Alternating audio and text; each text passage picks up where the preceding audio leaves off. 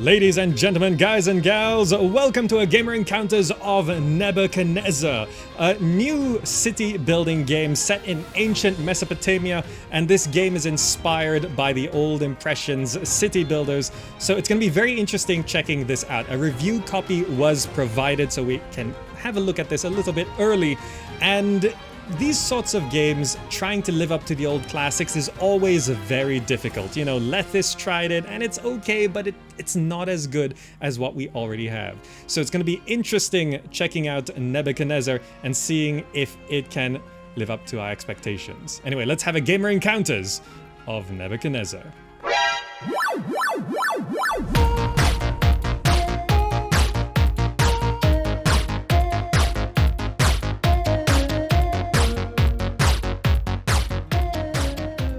Alright, so here we are in the game, and the campaign has been added, so we can play through that. I think just the final mission is currently not included, and there's also various scenarios which currently are not available. Okay, fine. There is mod support, so there's going to be a mod manager. The game hasn't actually launched yet, so these are not here. And I assume if there's scenarios, we're going to be able to be making our own maps and stuff, which is, I think, a requirement for games like this. Under settings, just a little check here. Size of pedestrians, you can pick big or normal, which is very important. Because I think when they were first developing it, they had really small pedestrians and it looks more realistic, but also it's hard to see what's actually going on. So I'm going to leave it as big because that's how classic games worked. And I think we don't have to be too realistic. Rebindable keys, nice. Display options, nice. 4K UI experimental. Future-proofing, nice. Separate audio sliders for everything, very good. And I don't think there's any voice acting in this game because voice acting is expensive, sure. But separate audio sliders for everything else. I don't know why there's ambient and music. That's a little confusing, but I assume they're different things. This one just says audio. Okay, there are separate audio sliders, but I'm confused by the naming. There's music, audio, ambient, and music. Okay, fine. Campaign. Nebuchadnezzar. Is this game 2D or 3D? It is 2D. It is 2D. This campaign will lead you through the whole history of ancient Mesopotamia and all that civilization's milestones, from initial settlement to the fall of Babylon. Experience the story of one of the first civilizations, a civilization of imposing cities and grand monuments. Now it says select, so it sort of implies that there can be other campaigns, right? Anyway, I was told that for this early look, we have access to all the missions, but in the actual campaign, you're going to have to beat them one at a time, though it was mentioned that the first 5 missions are pretty much the learning missions. You know how it goes in like Caesar 3 and Pharaoh. The first few missions are like just introducing things, but there's a bit more of a tutorial here. Anyway, first mission, let's go one by one, and if you're watching on YouTube, we're going to go a few missions and you can skip to whichever mission you want to see. Pre-pottery Neolithic. 10,000 to 8,700 BC. Pre-pottery Neolithic A was the first significant Neolithic culture in the Near East. So there's A and B, so I guess there might be choices, right? Or it's just in order. No, it's just part 1, part 2. Okay. Pre-pottery Neolithic A, let's select it. We have to get 300 population, store 20 wheat, store 20 bread, number of houses at the given level, shack at 12. Oh, there's a full description. I'm not going to read everything, we'll be here for quite a while, but it's a Near East culture that inhabited the so-called Fertile Crescent. That's another video game. Typical housing for this culture consists of circular houses sunk into the ground. Murebet, ancient settlement on the west bank of the Euphrates in today's northern Syria. By the way, the music is pretty good so far. Difficulty options.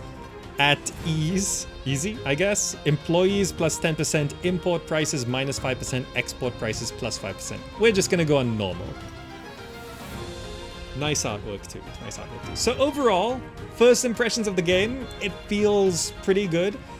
Now, we have to play the game to figure out if this is going to be something that can actually have longevity. Because what can happen is what happens to Lethis, where it's nice to play like one time or maybe a couple times, but then it's like you're kind of done with it. But then people are still playing Caesar 3, Pharaoh, Zeus, and Emperor today, right? They're still doing things in it. And to capture that sort of magic, it's very hard. Anyway, there is actually a tutorial, so I'm going to go ahead and pop this over here. Your group of nomads has finally found what they were seeking for so long, an area with sufficient fertile soil and a good climate, an ideal place for a permanent settlement, and you, as the leader of the group, will have the most important role. You'll organize the construction of your new home. Let's begin. Oh, here's the tutorial. Let me put this over here.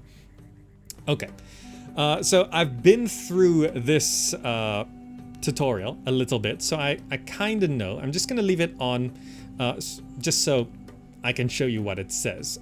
So we can move windows around, you can close windows, WASD works, you can edge scroll, you can use middle mouse button, oh sorry about that, and you can zoom in until the graphics are a little bit fuzzy, and then you can zoom out to quite a nice distance. This is maximum zoom out. You can zoom in, speed up the game, top left corner. Nice feature here. You can hold E to speed up when you're holding E, and then release E and it stops speeding up, right? It's a nice little feature,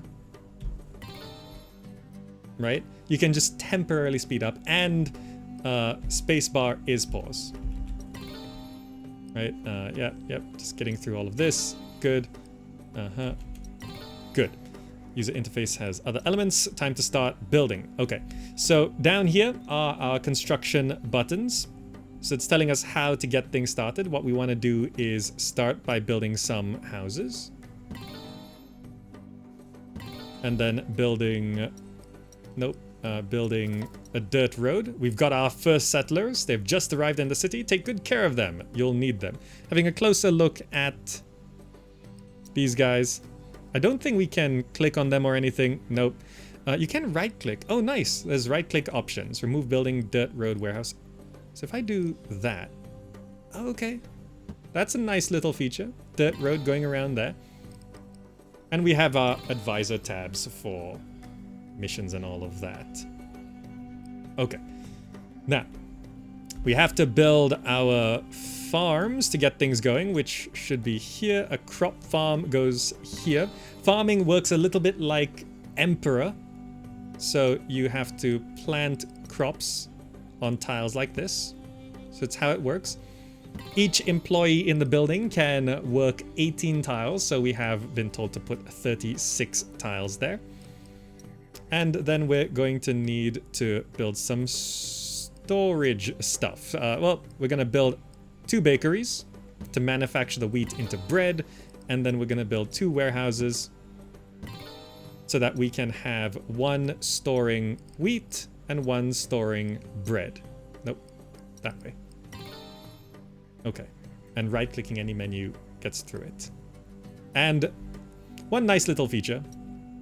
There is a destroy all goods button for that type of good. So if you ever end up with a little bit of something you don't want in there, you can just click destroy all goods, it clears it out. It's a nice little feature. You know, like in Caesar 3, sometimes you end up with like, oh, why is there like 1 marble in this thing? And then you tell it to empty the marble, and it's like, you don't want to destroy the whole warehouse, and that 1 marble is taking up 4 spaces, and it's like... So now there's just a nice little delete button. So that's good. And that's everything we need to win this mission. We just need to get through farming. Do we need to know anything about basic controls? Nope. On-screen interface. Basic economic models. Yep. Constructing buildings. Understood. There's docks and stuff. Good. Workers and buildings. So there are worker slots. Each work building provides several slots. Each slot can be occupied by a specific profession. And it's recruited from inhabitants.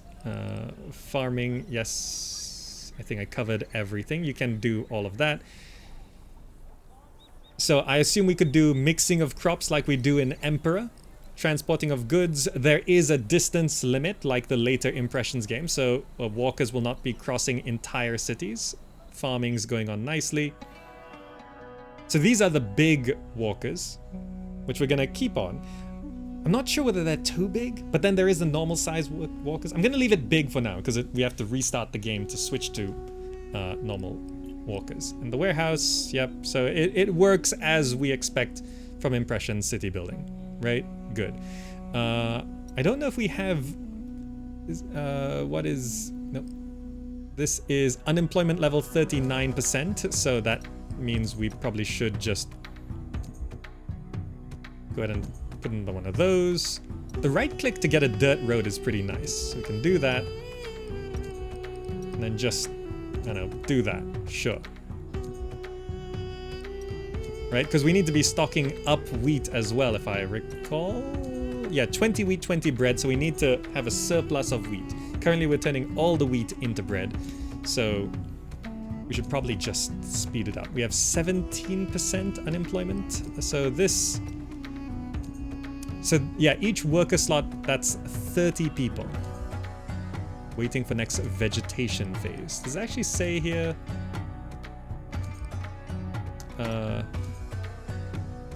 Stored goods, wheat. Mothballing buildings, nice. Well, you can add another farmer because we've got more tiles here, but there is some overlap with the other farm, but we can add in another slot there. We can also add in a extra transporter if we so desire. We have some unemployment. I think that'll be 20 people, 3% short. What does that do?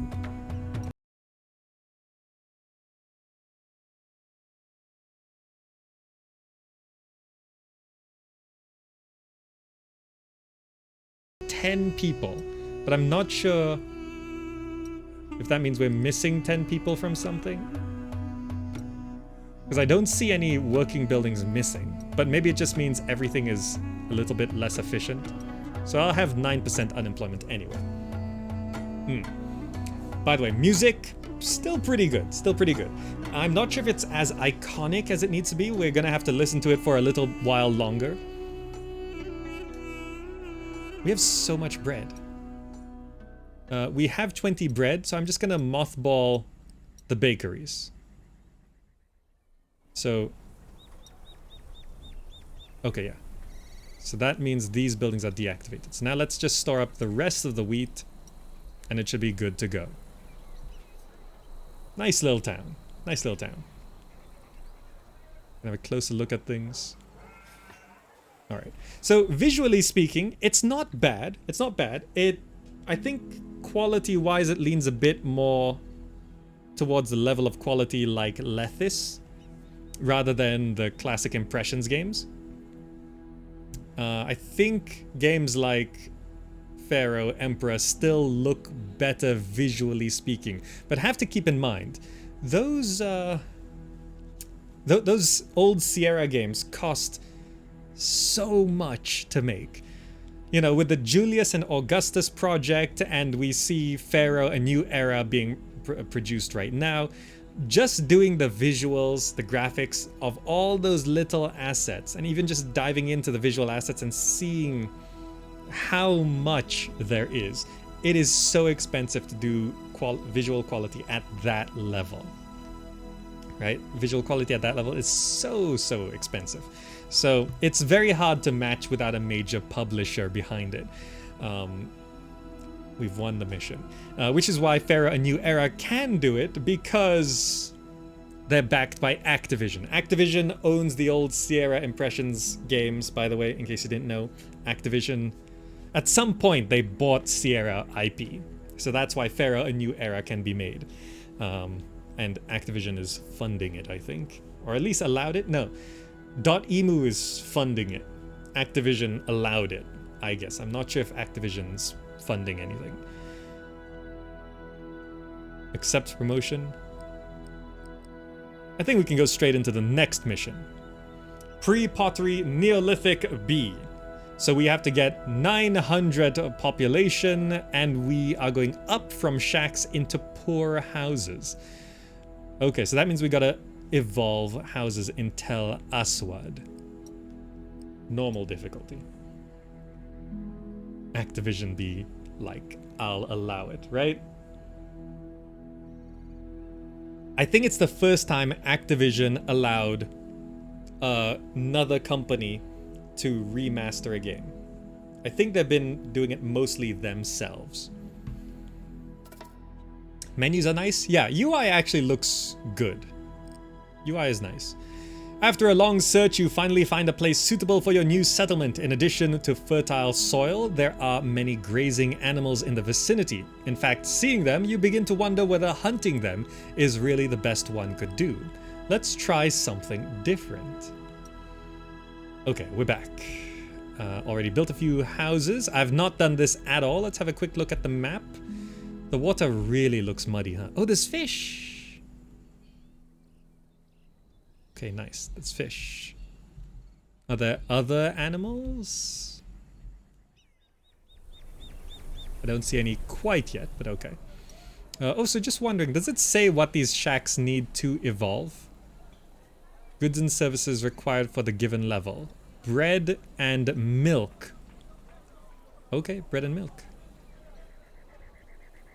Okay, already built a few houses so we can get to the more interesting part. Open a house window, yep.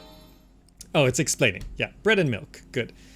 Build a market, so that is, oh, we've got a new button. Services, poor market. Okay, we've built a poor market. A work building, never do anything on its own. To assign a worker to a slot, add the plus button. So we're supposed to be doing, are we supposed to be doing that? Each slot requires a certain number of workers recruited. Yes. So we can add a seller or a transporter. We can add a seller. Oh, I see. This is how we control it. A seller for bread. And then we hire a seller for milk. Okay. Okay, so it takes 40 people to sell one thing. So we're gonna be selling that, and then... Okay, we need to get bread and milk. So, crop farm, livestock farm. So I guess we just... Yeah, we should be able to just go crop farm, livestock farm, build some dirt roads. Doesn't seem like anything's going to be burning down or anything. Let us plant... Yeah, sure, whatever. And then for you... Goat pastures. Good. Since we have extra crops, we can actually just hire another farmer here. And that should cover the extra crops, right? Because it takes 18 each. Does it actually say how many tiles we have? Nope, don't do that. That's fine. But we should go ahead and get... How do I want this? 2 bakeries like that, and then a warehouse here to be holding half bread and half milk. Okay. So milk is just being deposited into here. We've got 6 milk in there. Okay. Houses, distribution of goods and services. Info layer.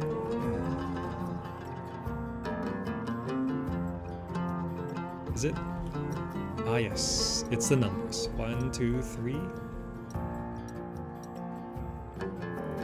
Number of goods in the building, goods and services. Okay. Statistics for goods and services. Yep, I think. Livestock. Good. So statistics are... here. Right. Production, 100%. 92%. Okay. So it does give you the information. I'm not going to focus too much on little things like that. Do we have wheat? Did we manage to grow anything that season? I think we might have missed a season. That's fine. That's fine. I've not actually been paying attention to my money. I think we have 1,000. Yep. There's no appeal. There is pollution. So pollution is a mechanic.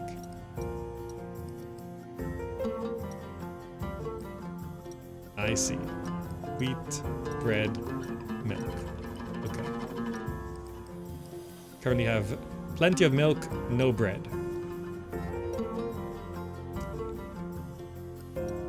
Once we get enough stuff, so if I hold E, yep, we can just temporarily speed things up. Milk produces so fast.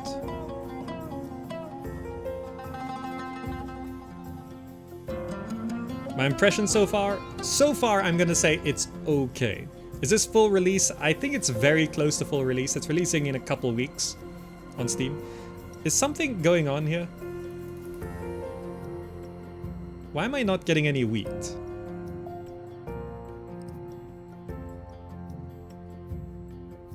Wait, we have 30 wheat stored in here. Oh, does it have to go into here? Oh, I see.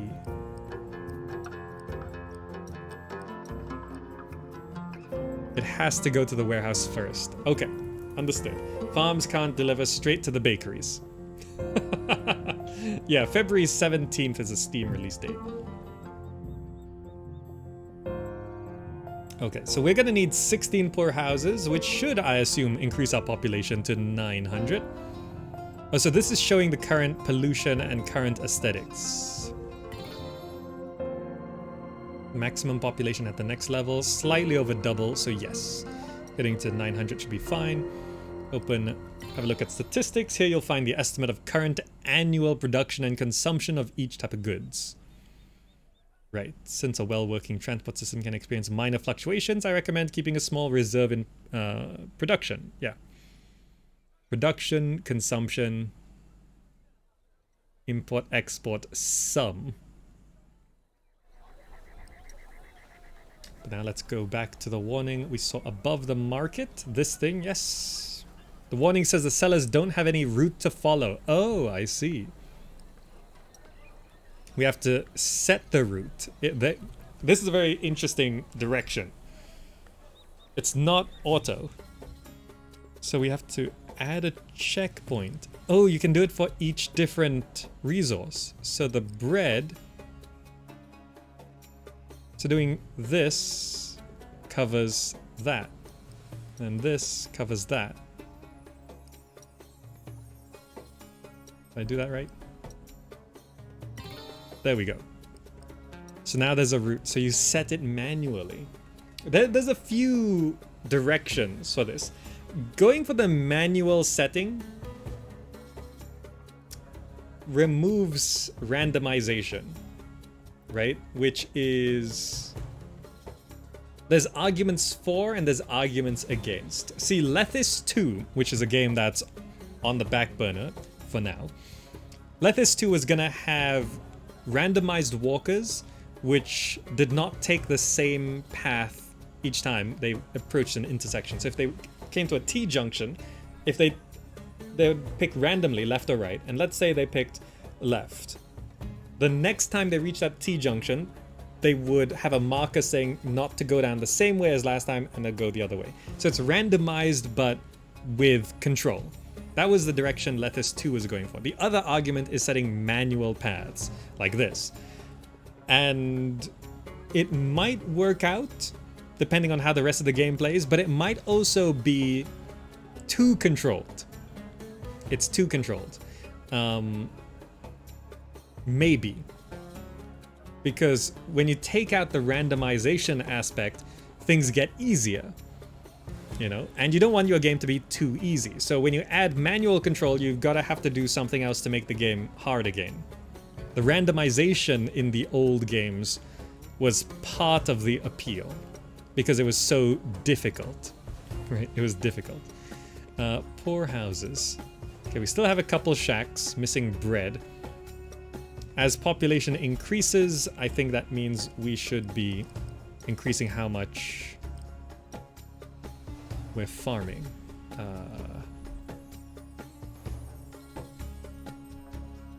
Not really a good spot. Didn't really plan for it. Sure, do that. Yep, do that. Good. Just add another worker and then maybe throw down bakery there. It's a bit far from everything else, but sure, whatever. That should be okay. Oh, we actually have more wheat than we need. We just needed more bakeries. Fine. Do that. Okay. I have no sense for how efficient things are. But we're almost at our target population. We just need... that should get us to our target population. We just need 2 more houses to evolve. I think we just need a bit of bread, and it should be good to go. Setting routes might quickly become tedious. Yeah, so the other thing about setting routes is... what? There's more clicks. People are leaving the city. Show me where. Oh, they just ran out of resources. Okay, no problem. Let's see. How far can they walk? Is there a limit? There is a limit. That is how far they can go. It's like if they're going down this way, they can get pretty far. It's like there. So there's not so much number of tiles. I think it is... People are coming back. Welcome back. So it's about a screen's distance at this zoom level, which is a little hard to... Zoom is a bit free here, so... At like a normal zoom, I think graphics look sharpest at this zoom level. It's a little blurry closer than that. And then it's a little blurrier.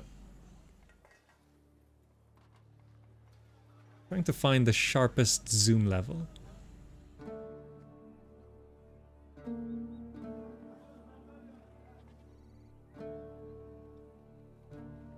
Yeah, that's pretty sharp. What are my thoughts on lack of ambience sounds and no voice lines whatsoever? A lack of voice lines is a shame, but I get that voicing a game is very difficult and expensive. I would like voices to be added, because voices is part of the charm. And I think a lot of games not so much underestimate the importance of the charm, but it is more important than you think it is, right? Clicking on a walker and saying and hearing no sign of crime around here, right? Or I do believe that this is one of the better cities. You know, just things like that. That means underestimating. Yeah, well, it's like, it's not that they don't want it, it's just, everything else is more important. But that last little bit of personality goes a lot further than you would expect, right? Voice lines would be a very nice addition to any of these games, right? Also, I think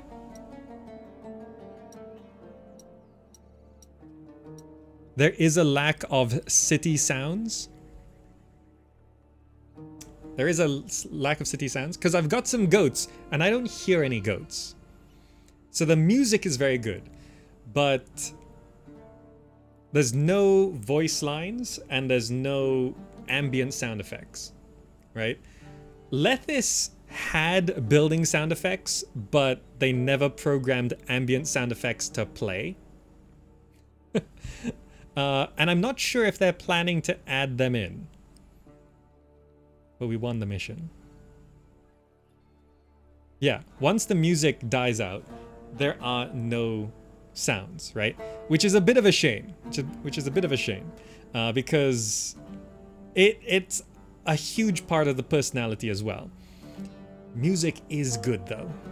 Music is good. It sounds very appropriate. Currently, the music is not what I like to call hummable, right? You can't sing this song to yourself. But it's nice. It's nice. Next mission. Mission 3. Ubaid period. Population 1,350. Number of houses at the given level. Standard house 16. In Eridu. Southernmost Sumerian city. Founded in 5400 BC. Considered one of the oldest cities in the world. Is it still there? Normal difficulty. Right? Like Age of Empires 1 music, you can hum it, right? And I think that's very important, but then again, like Caesar 3 did it, but it's like they cheated a bit. They basically just took Ben-Hur music. Morboda, thank you so much for the tribute. That's very kind of you. Yes, any key to continue. Your people have been growing crops on the fertile soil near the river since time immemorial. However, as your population grows, this form of agriculture is becoming insufficient. It might be time to try a different approach to irrigation. Time to dig. Alright. In this mission, we'll be using irrigation to create fertile soil in areas that are not naturally fertile. That's good. That's a nice little feature. As you can see, this map only has a single location where you can build a farm, yet this location does not have enough natural moisture. Still, let's begin by building a few farms. Okay, build a livestock farm there. Build a crop farm there. Build irrigation, the highlighted areas. Is that under food? No. Is it under... Ooh, ceramic workshops. Wells? It'll be infrastructure, irrigation canal along all of this. Like this. Oh, I heard some birds. That's a little bit of ambient sound. Did you hear those birds? The irrigation canals are ready, but they don't contain any water, so we need to add the irrigation pump. And it creates grass. I see. But it only goes so far. There isn't enough for the whole system. That's because each pump only has limited power. I see. So if we add in 2 more pumps, and then add those, it fleshes out. Okay. Build 1 warehouse in the highlighted area. So let's go ahead and build the warehouse there. And then we need to connect roads and... Ooh, stone roads. Are these better? And they can bridge over irrigation, no problem. Nice. Build at least 36 wheat fields and 36 goat pastures. So, I guess that's 37.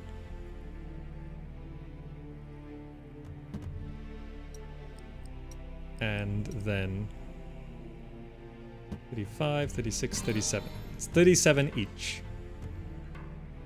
Now I'll show you a more advanced technique for setting up warehouses. As you might have already noticed, space is a valuable resource in Nebuchadnezzar, perhaps even the most valuable one. So building a separate warehouse for each type of good is often not the best approach.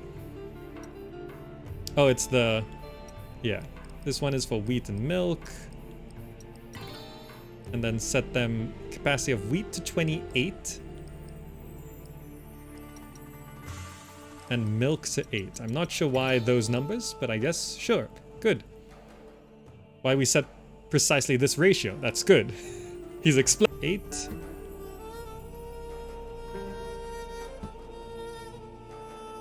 This should be efficient enough. Can I do stone roads for this? Then we just hook that up.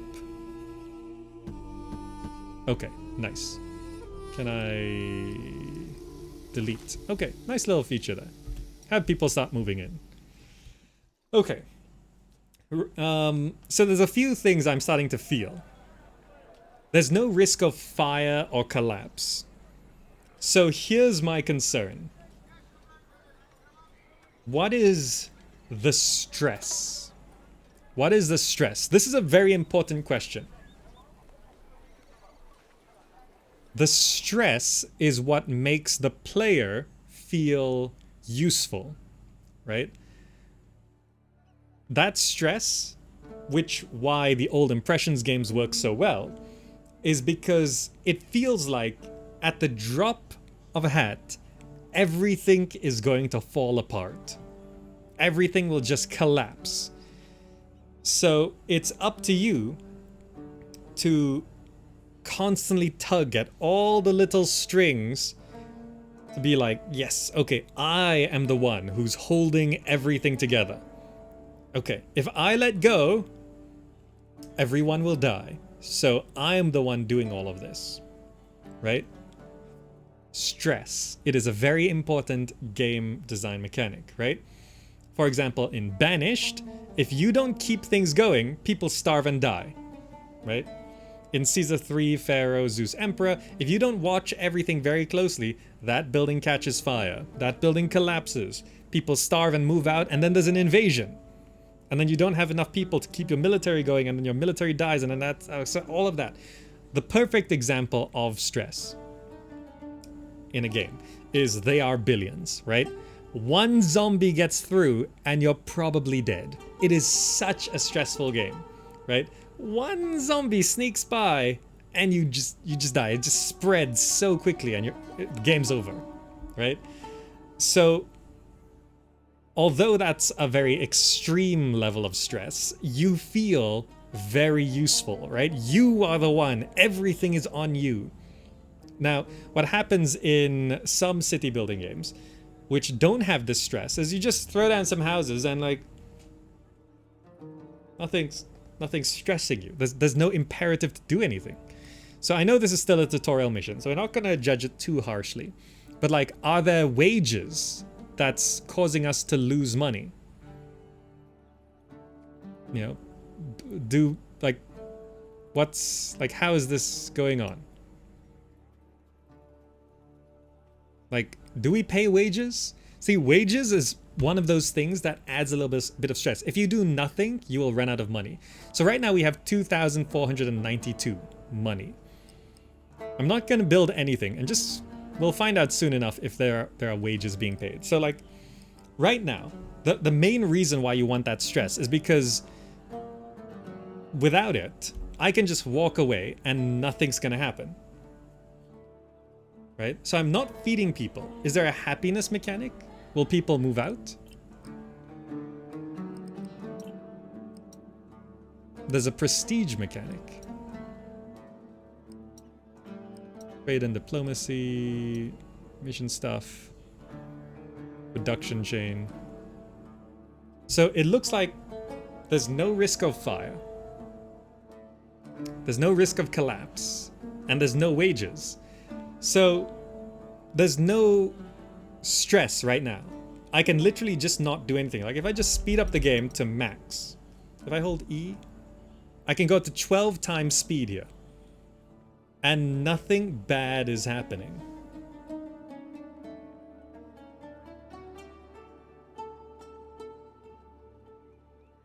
People aren't getting upset. There's no food in the city. Right? So this is my concern. Nothing bad happens.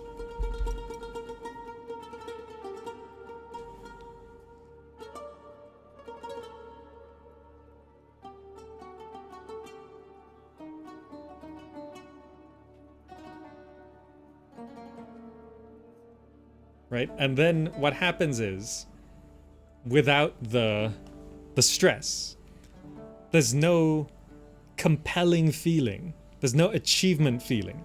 You know, when I built a Caesar 3 city that reached 142,000 population, that feels difficult to do. Right? Maybe it's introduced later. I can't imagine fire mechanics and buildings collapsing are introduced later. That's like one of the first things. Okay, well, let's just go ahead and throw down some bakeries. And then go down a poor market. Have a cellar for bread. Have a cellar for milk. Set there. Okay, do that.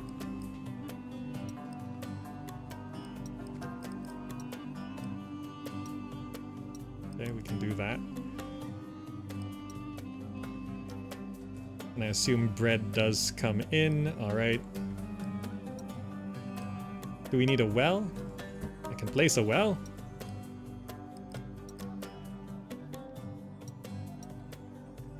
Sure, we give people water. So they need water and pottery, milk and bread will come in. Pottery. Let's just go ahead and do that. House clay mine. So clay requires... oh, like open dirt like that. So if I do that, then just have 2 ceramic workshops, throw a stone road. So a lot of these things... oh, not enough workers. So when we reach not enough workers, they just don't work anymore. Okay, let's just mothball these buildings for now. So see, a lot of the design decisions here have streamlined the game. But streamlining, you know, we've seen this happen in a lot of sequels. When you streamline a game, suddenly it's not as fun to play. Because game design is inherently about inconvenience, right? You think of any sport, right? You think of any sport. Basketball, for example. It's just people thinking, we have this ball, what is the most inconvenient way to get it in a net? Oh, well, let's put the net like 10 feet up. And then we'll have like one team versus another team, so there's like 2 teams trying to stop each other from getting the ball in the net. Right? Why aren't the houses evolving? Good question. Why don't they have bread and milk?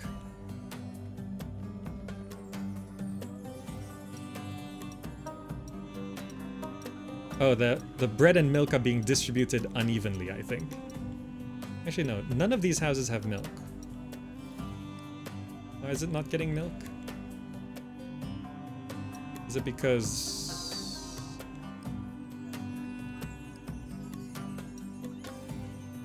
no work. Missing resource milk. So the bread has been distributed. Why is the milk not going out?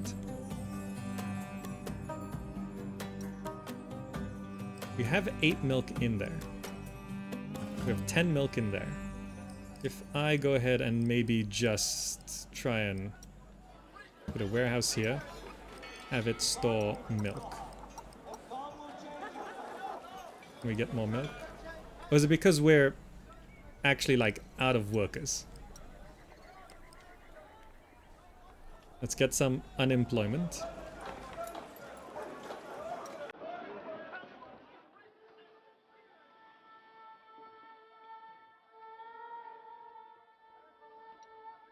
We have 8 milk in stock.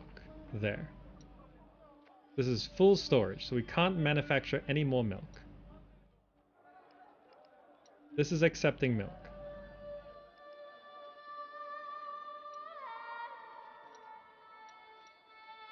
I'm not actually sure what's happened. Add some houses. Let's add a few houses and see what happens. The warehouses have to be in range. Is this not in range? It is... like, I know it has to be in range, but is this not in range? It's like down the street.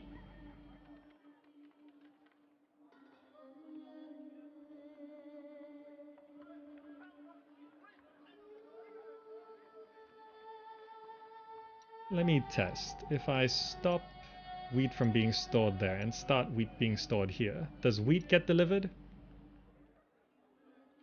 Is this really too far?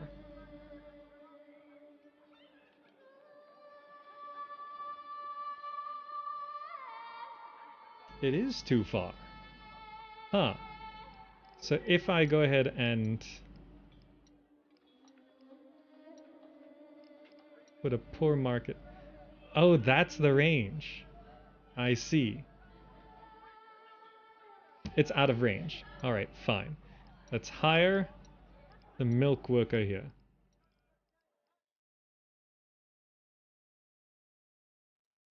Okay, there we go. Let's fire that milk worker. Fine. So this is no use. Okay, there we go. There we go. The range is very short, apparently. I didn't realize it was that short. But okay, we can continue manufacturing bread. We can now activate that. Activate that. Let's wait for more people to move in. Okay, sure. The first challenge is more of a...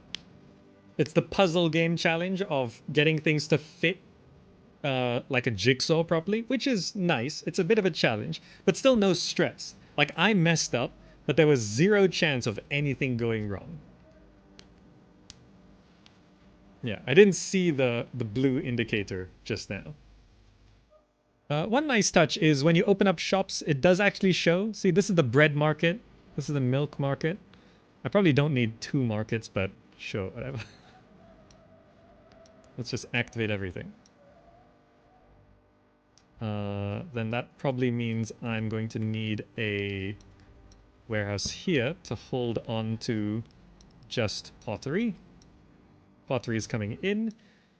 See, when I click on the building, it doesn't show the range, so it's hard to check if it is in range. Like, is this in range? Can I add a cellar for pottery? Yeah. Is that in range to the pottery? I actually don't know. If I check the market, it is not. Okay, so I have to have a separate market here for the pottery cellar. Fire this pottery cellar. Okay. And we're getting standard houses. All right. So we're going to keep going and see, we're going to look out specifically for stress. We're looking for stress because right now I feel none. And that's not good for a game. Like, games should be varying levels of stress, right? Even Stardew Valley has a little bit of stress. If you don't harvest your crops in time, when the season changes, you lose all your crops, right? Even that has a little bit of stress. Stardew Valley's stress should be the minimum level of stress in a game. You know, when you go to the mines, you might die. You don't lose much when you die, but you might die. You know, if you stay up too late, if you don't get to your bed in time at night, you pass out, right? So there is a little bit of a time limit. A little bit of a time limit, right? Not everything has to be they are billions or Kadesh in Pharaoh, right? That's too much stress, right? But there needs to be that tension. People left. It's only because we provided a resource and then they lost the resource, right? People leave when they lose a resource and the house devolves. But, you know, there's no, right? People are coming back. It's like, they're not unhappy. It's that we evolved this house and then they ran out of bread, right? That's it. That's what happened. Probably delete these extra houses. 1, 2, 3, 4. Yeah, just have enough houses for what we need. Do we have too many bakeries? Yeah, we have too many bakeries.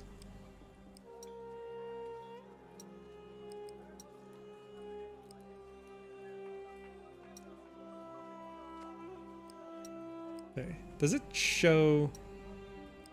We're short by 170 workers. One of the standard houses holds 94. So we're currently out of bread. So things start falling apart a little bit. But like right now I'm not stressing too much. Can I keep this? Can I keep this going? No, okay, that's fine. So let the houses devolve from the pottery first and stabilize our bread supply. Which is no problem. To speed up the game.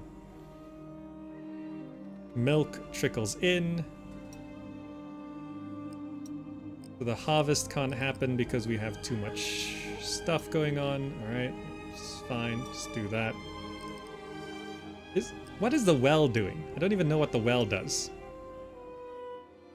Let's stabilize the bread supply.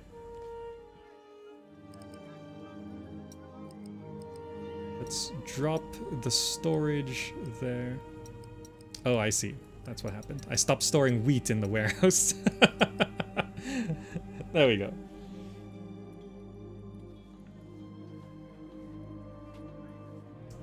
If I do that, does the bread get here? I'm not sure if the bread is delivered there. Where's the bread going? The bread goes there. The bread has that lines there. So what I should do is just go ahead. Oh, was bread delivered here? It shouldn't be in range, right? Why was bread delivered?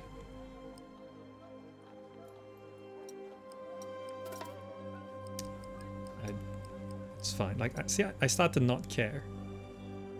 Ah, there we go. So we can put the market here. Set this to selling the bread. Put the... See these extra clicks? I suppose it's the same number of clicks if you have to build roadblocks and stuff, but fine. Let's activate that. Let's activate that. So now lots of people are moving in. We've got lots of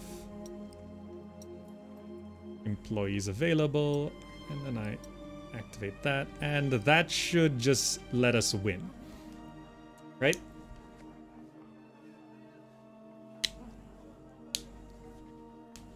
So hopefully, does anyone know if there's military in this game? I'm not entirely sure, because military is a great thing. Military is a great thing to put that stress on. See, in Caesar 3 to Emperor, right? On the missions where there are 0 invasions, like 100% peaceful missions, I find those so stress-free. Like I can play without caring, it seems, right? I can almost not care about what's going on. Steam page says no military, right? Because if no invasion is coming, I can just sit here and just fiddle until I win. Right? The only purely economic mission that was difficult was Lugdunum, which is essentially a very complicated puzzle map. Lugdunum in Caesar 3 is complicated because of how it forces you to transport resources very long distances, and then there's not very many good places to build up a city because of the terrain. Right? So it's possible to have that stress without military. But for most missions, the invasions are what determine, you know, it adds a time limit. An invasion is coming in 2 years. So in 2 years, you have to set up a military or you're going to die. Right? Are my opinions of the game not that good? It's feeling like Lethis, which is fine. Lethis is fine, right? It's okay. It's not bad, but like if I just speed up here, 12 times speed, I assume I will very slowly win. Because do we have enough of all the resources? Plenty of milk, plenty of bread. We're just waiting on ceramics. So looking at this, we need another clay mine, clay pit thing. Clay mine. There. Just do that. Okay. And then we should win. Right, there we go. I don't even know what the well is for. Do we even need the well? Do they ask for water? Oh yeah, they do ask for water. That's for the evolution. Okay, good. Yeah, people are not leaving the city. It's fine. Like, the warning is very weird. People leaving the city means a house devolved. It's not people are leaving the city. Mission complete. Okay, next mission. Let's see what mission 4 has in store. Population 2032 standard houses, completed monuments temple. Okay, we've got monument construction, which is a nice addition for any of these city builders. And I think recently they've been talking about building the hanging gardens, which is nice.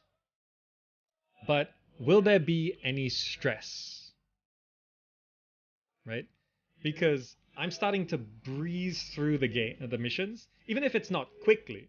It's just I'm just uh, uh, uh, okay, I win, right? It doesn't feel like I struggled to the victory. So maybe it's okay if you've never played the old Impressions games. King and Merkar. It's a very important task for you. You have to build the city of Uruk and in it a grand temple to the goddess Inanna. Okay, won't delay you too much. Just need to introduce some things. Pause the game. Actually, no point pausing the game. Nothing's gonna happen. Range of the haulers very limiting. Won't let you transport goods. Okay, that's what caravans are for. Caravans transport goods between warehouses, no matter how far they are from each other. Second mechanic is monuments. Monuments are gigantic structures that require a huge amount of resources to complete. Understood. Enjoy building a city. Okay. So, we've got the new monument thing. We've got some aesthetic stuff. Placing the monument doesn't cost anything.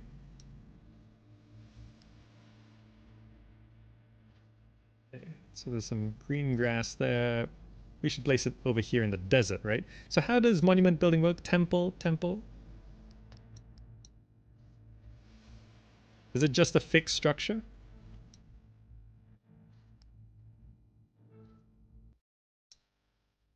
Construction, special parts, decorations. Build warehouse for monument construction materials. Oh. Okay. So I guess I just pop that there. And then I have to design the monument. Right, monuments are custom. So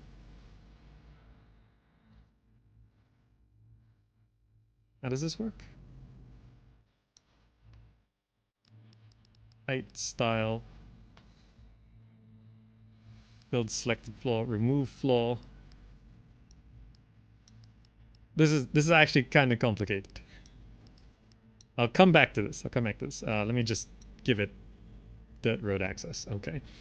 I'll go build my city first. So we need 32 houses. That should be easy enough. Just go houses. Can I get rid of that road? Let's see if I struggle at all with this. So let's go. I think blocks of 8 are fine. So that's 8, 16.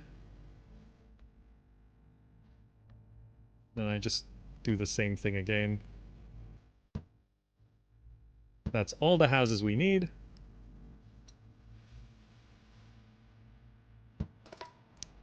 Your settlers are lost. Yeah, okay, on it. Don't worry. So just do this. I actually didn't need... Actually, I determined walker everything, so that's fine. And then I just... Are people moving in? It said your settlers are lost. Oh, do they actually have to be connected to the road like that? Oh, okay, so you can't break the road to Rome, as it says. Okay, then we just do the usual things. Let's do...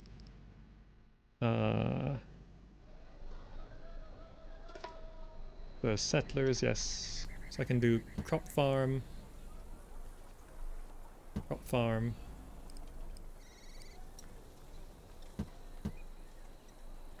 send along dirt roads, get the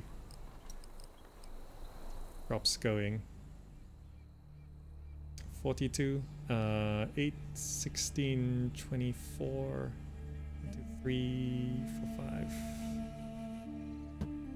Be like 54, right? If I wanted to add in like another farmer dude. And if I fill all this up, 67, 54. Add another farmer dude. Go ahead and get... still getting used to the buttons. Warehouse. The warehouse here will be taking wheat and milk. Nope, this one. Just hold on to all of that. Good. And then if I wanted to get some milk going, I should do some irrigation. Infrastructure. So how does this work? If I do irrigation canal like that, and then I go ahead and put irrigation pump like that, I can grass that up, and then I can just go ahead and put a livestock farm right here. Connect the dirt road and place those.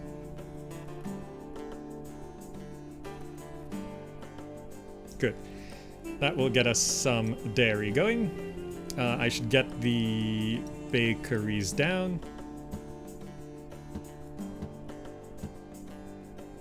4 bakeries.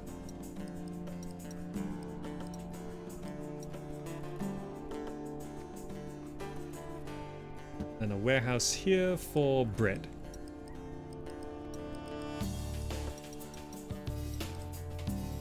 I like this song though. I do like this song. The song feels pretty good. Okay, harvest will come in. We still have a lot of unemployment. See, I'm not punished for building too many houses. I just plopped all the houses I needed down right from the start, and nothing bad happened.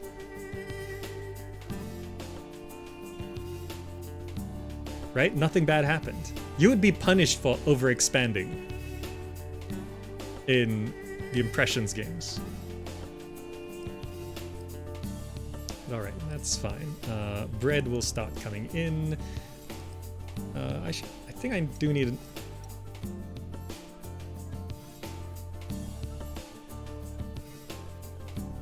how do I do this?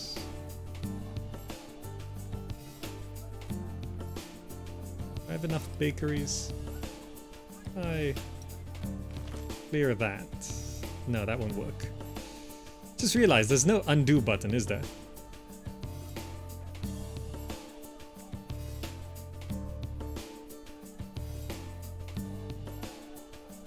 Is 4 bakeries enough? Maybe 4 bakeries is enough. That's fine, right?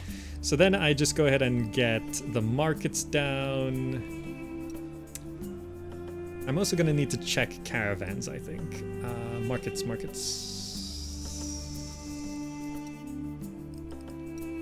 Full market.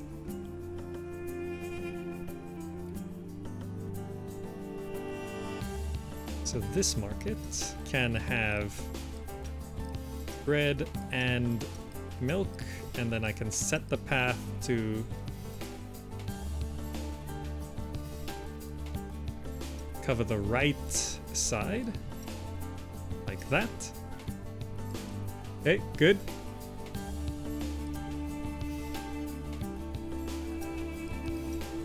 So I'll also need 2 wells.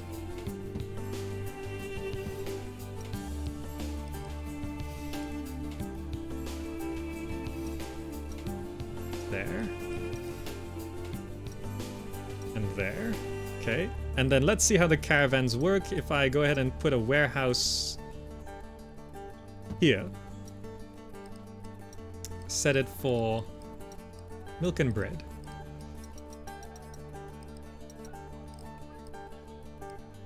How does this work? Caravan. If I set it like that, does that mean the caravan goes and takes the resources and puts it over there? Possibly. Possibly.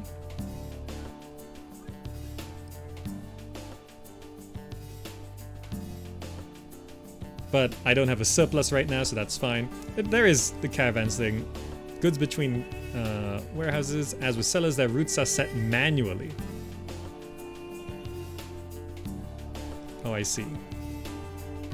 To set up a caravan route, activate the tool to add a new warehouse, and then required warehouse, clicking on them. The caravan will then move between the warehouses to transport goods. However, at this point, the caravan does not yet know which warehouse it should load the goods into and load them. Configure down like that. So I did that part correctly. I need one of these things.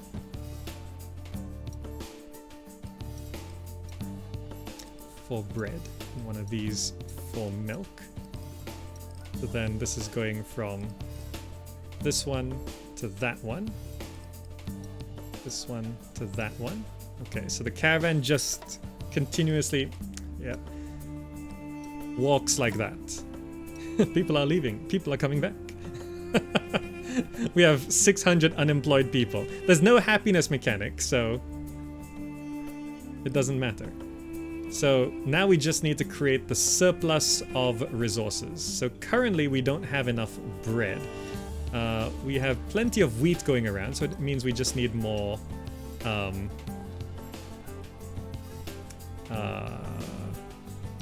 more bakeries. I think I can double the number of bakeries. So if I go ahead and grab the bakeries, that's technically in range.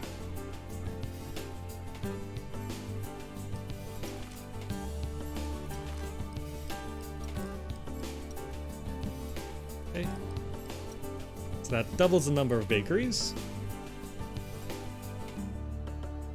So this bread dude's actually going from the wrong... No, that's...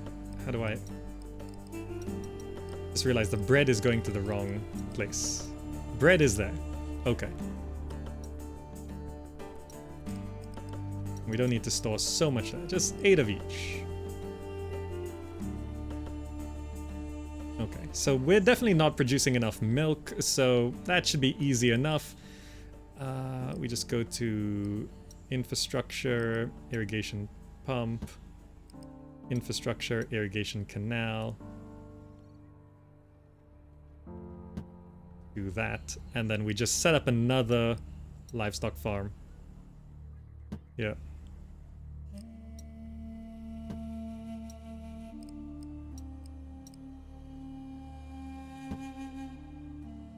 Okay. That'll produce enough there. So I figured out how the caravans work. Are they actually getting the bread? Oh, I need to set this to outputting, right? So this I actually am not going to need the milk, dude. There we go. Now we're outputting bread to over here. So that's now functioning. The milk comes in, and then we can throw down the markets.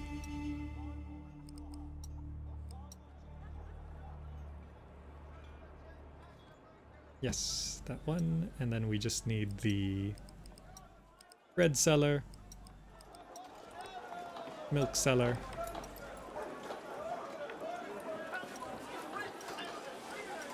Set their paths to cover that side. Okay, so we've doubled the milk production. We've doubled the... We should have plenty of bread. We should have plenty of milk. Or just enough milk. How's this market doing on milk? There is milk, so yeah. One dairy thing should be able to cover that.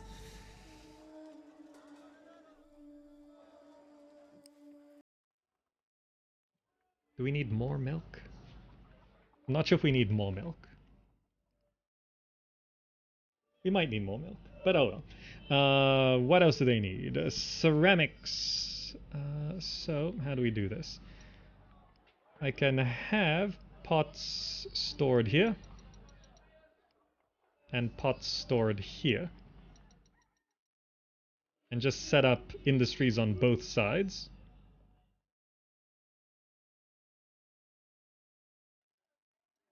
Nope. This. So I need a clay mine and a clay mine.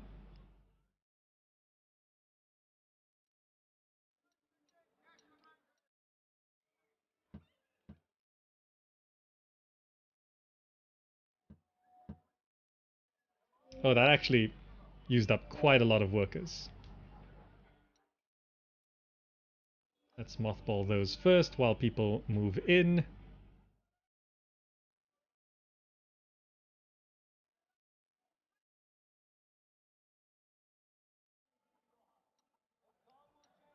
Okay, 2% short. That should mean everything continues to function, right? Yeah, pots are slowly coming in, so then we can start selling pots.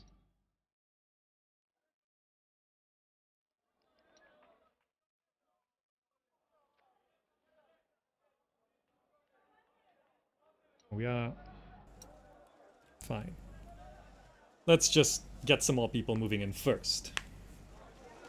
Yeah, so I have felt no stress. I mean, the only stress I'm feeling right now is maybe I'm gonna run out of money because we have no exports, we have no taxes. Right? Like, I don't know what happens when we run out of money.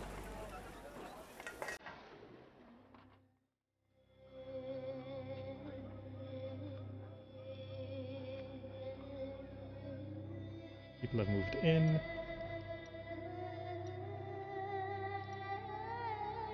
Okay, so we will need to evolve everything. I think we might be low on milk. Oh, the market still has enough milk. This market doesn't. Why is this market so low on resources? Oh, it's going through a first feeding, right. That makes sense. So as long as this market has all the resources it needs, it means we are producing enough.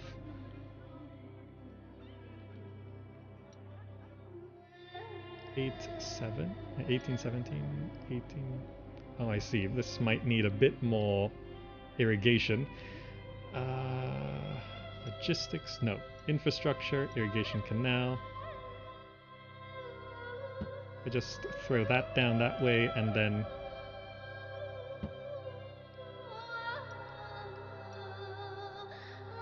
I get another one. There we go. Irrigation pump, irrigation canal.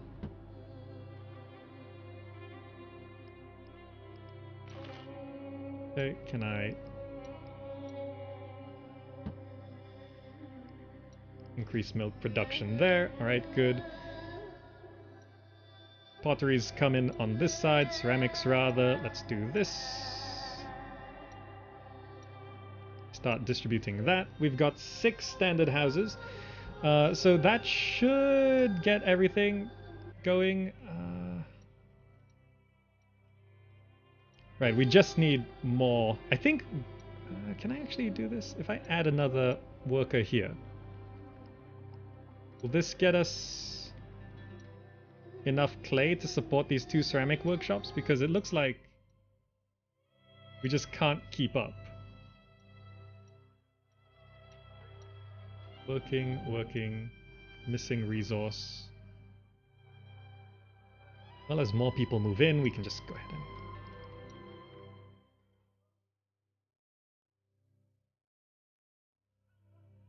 let's do that. Okay. 169.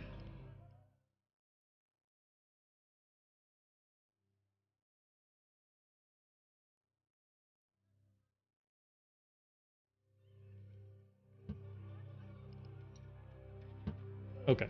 That should get us all the pots we need. Is it because this is further away? It might be because it's further away. But it looks like it's still working, so it's fine. Okay. So we have all the standard houses on the way, so now it's just the temple. So as long as we can do everything with the money, it's fine. How's the game so far? It's essentially I'm getting pretty much on par with Lethis. Yeah, there's no roadblocks, but you don't need roadblocks because everything's defined manually, right? Now, this monument, how does this even work? Right, I'm clicking here. Oh, the price requires 8 something. So we need brickworks. So we need to start manufacturing. If I place down a brickworks, what does this need? Clay. It does need clay. So we just need to start manufacturing. Let's hook that up. Start manufacturing bricks, which then go into here, I think. So we're gonna need to spam clay production.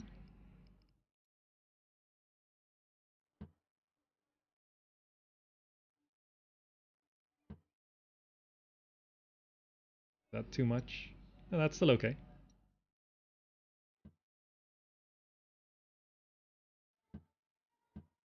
Okay. 2% should be fine. We have 18 standard houses, so as long as that number continues to go up, it should be okay. As people move in, we just put down more brickworks. I guess I can add in more like that, right? Rather than building more structures.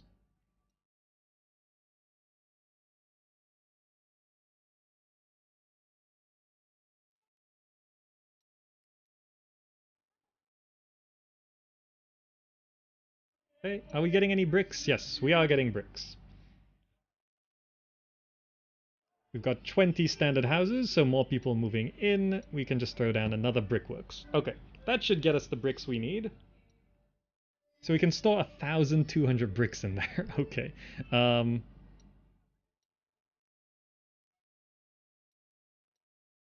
Let's have all these clay mines at max. And then the brickworks at max as well. Okay. More people moving in. Population needs to be 2,000. But we need 32 standard houses anyway, so that's guaranteed to hit. Are we keeping up on resources? Yeah, just a little short on pots. Really, with this much... Wait, no. We're not actually manufacturing that much. We can support more ceramics.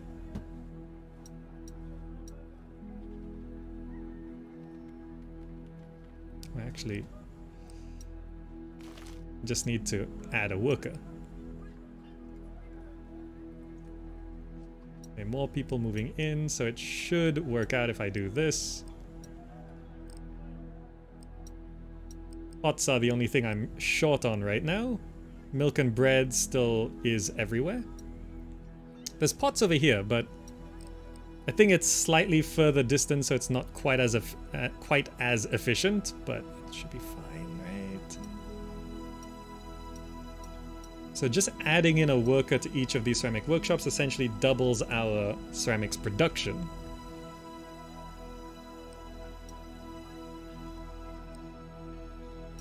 I will need to do this.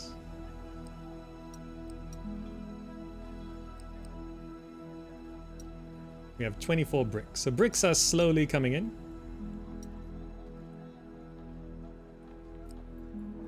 $27 standard houses. All right, so we're almost at our target for houses.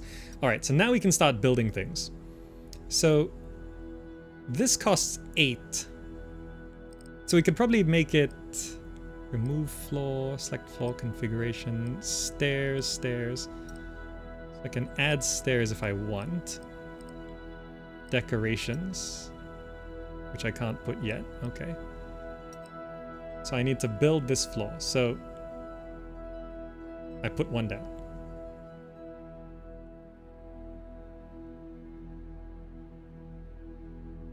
So I want to build something like that, I guess. Is there a minimum size? Minimum area 48. Height needs to be 3. Number of parts needs to have 100 pieces. Okay. Oh, so this costs 8. This costs 2. So if I do that, it counts as... Oh, area is x by x is 48. Height needs to be 3. So I need to just draw the floor until it's 48 and then build up a second and third floor. Number of parts 100 should be easy enough. Okay. So now, here's where the lack of stress is an issue. I just need bricks. Can I drag and drop? Maybe, but I don't have enough resources to do that. I can just speed up to 12 times, and I'm not running out of money.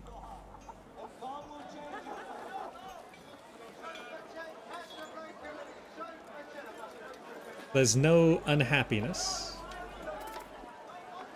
This just means a single house devolved. That warning is not useful.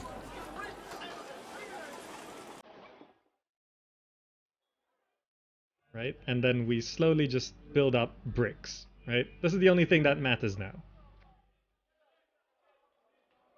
Yeah, there's no military, so there's no threat. There's no taxes, there's no wages, there's no military, there's no unhappiness, there's no religious curses, there's no religion so far, as far as I can tell. So all the things, there's not even randomization of walkers to mess up by accident. There's no threat of fire, there's no threat of collapse. I need to get to 32 houses. Yeah, but it's just like, it's not even that much of a concern. I can just throw down another market, I think, to stabilize this. Because this market here, it's struggling to keep up, so I should just move the market to here. And this is gonna have food, pots, milk. And the route is gonna go this way.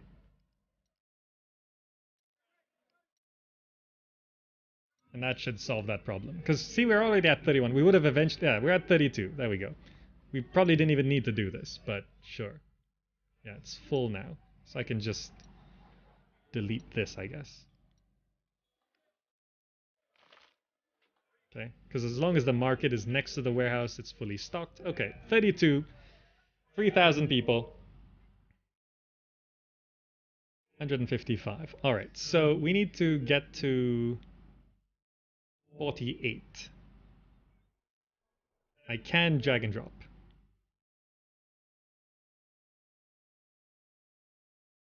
I do this. That's 17. Fill in the middle bit.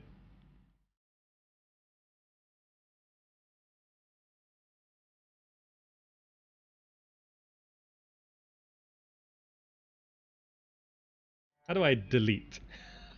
Is there a... no, that's remove decoration. Remove floor. You get the resources back. So that's 48. If I make a hole, is that fine?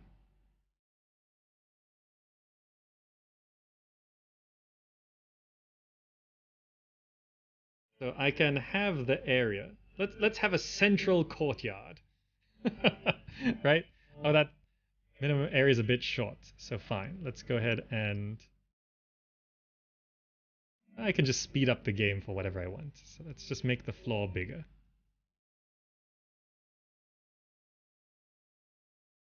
Okay. Speed up the game. Just hold E while you build, so you get the bricks you need.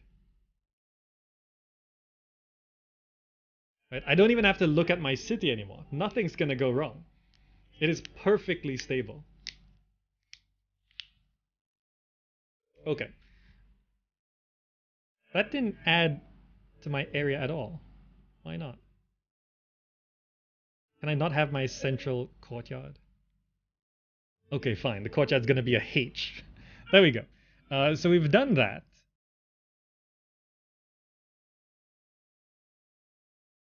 I can add in like stairs, because why not?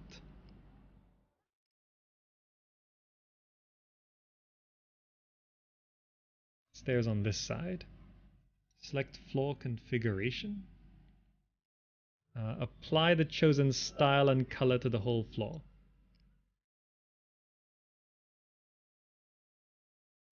Okay.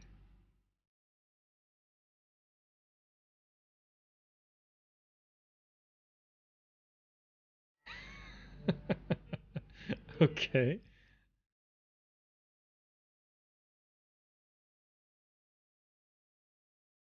What's a really bad combo? Just make it very pink, or should we do like pink and green? Pink and green, that's nice, okay. So we already have 140 parts. Now we need to get height. How do I go to the next floor? Build selected floor, height.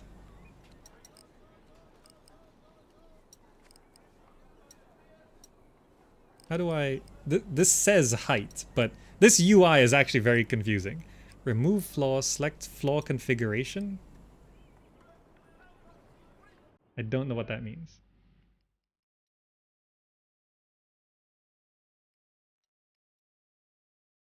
I don't know how decoration works either. Go with cyan and pink for that old MS-DOS. Yeah, the DOS colors. Pink and cyan. Magenta and cyan. There's an undo redo. Show hide the visualization layer. How do I go to the next floor? Construct your own monument is cool, but I'm rather confused. Add a couple doors. Okay, good. Let's remove decorations, stairs. How do I go to the next floor?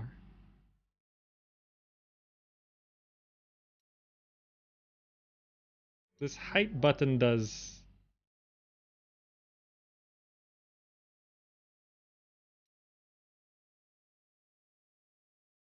fix the stairs? Oh yeah. How do I...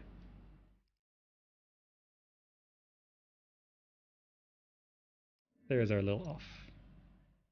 Should be there. Okay, stairs are there. Up, down arrow?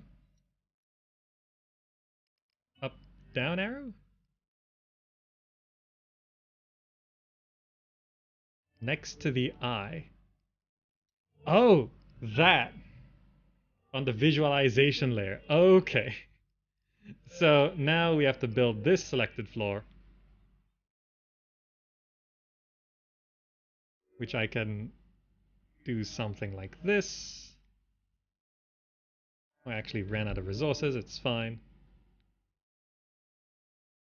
Just hold down E as we get more bricks. Okay, good.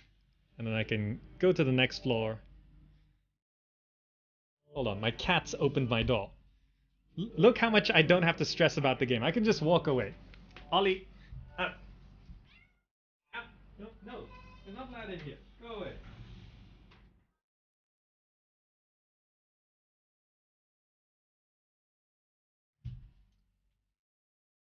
Okay, I'm back. Ollie's not allowed in here, but he knows how to open the door. Okay. Has my city collapsed? Of course not. We have not even lost a single coin in money. Let's build the third floor right here like this. Good. And then we can go for maybe some decorations. The path up will be like... there's no real good spot for this, is there? If I do that, go down a floor. Have stairs there, yeah. We can have ceramics.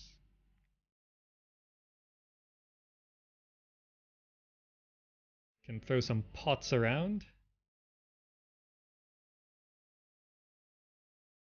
We can throw some fires around, I guess. Okay. And that's good. Complete the monument. And that's victory. Continue playing. Look at our wonderful monument. Instant construction? Well, not technically. You still have to collect the resources slowly and build it up. Each piece required stuff. Fix the third floor? What's wrong with it? Oh, so it is. I'm missing a tile.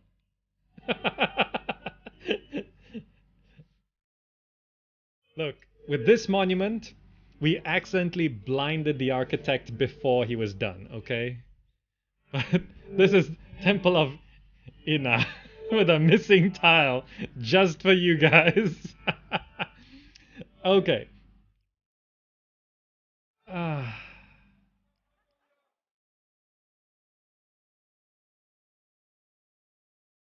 gonna save the game right here. Yeah, whatever. Okay. We can go to the next mission. Just checking. Population 3,100, money 10,000, prestige 120. Okay, there's more to come. Money and prestige, finally, something new. And we need standard villa 32. Jemdet Nasser. City in southern Mesopotamia. It was founded in the Ubaid period and inhabited until middle of the 3rd millennium BC. The first archaeological digs here took place in 1926, leading to the discovery of many cuneiform script tablets. Okay. Prestige and money. Let's see if those add some stress. Let's see. Let's see.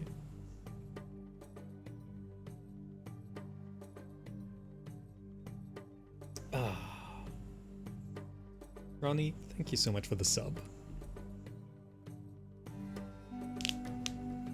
Because right now, this game is feeling very easy. It's very, like, nothing is really stopping me from winning. Because there's no way to lose money, right? There's no slow decline of cash. So this is going to introduce trade, which means we just sell stuff. As long as we're selling more than we're buying, we just make money. There's no complication to it whatsoever. As one of the many kings of Jemdet Nasser, a city founded over 1,000 years ago, your task will be to continue developing the city and Sumerian culture as a whole.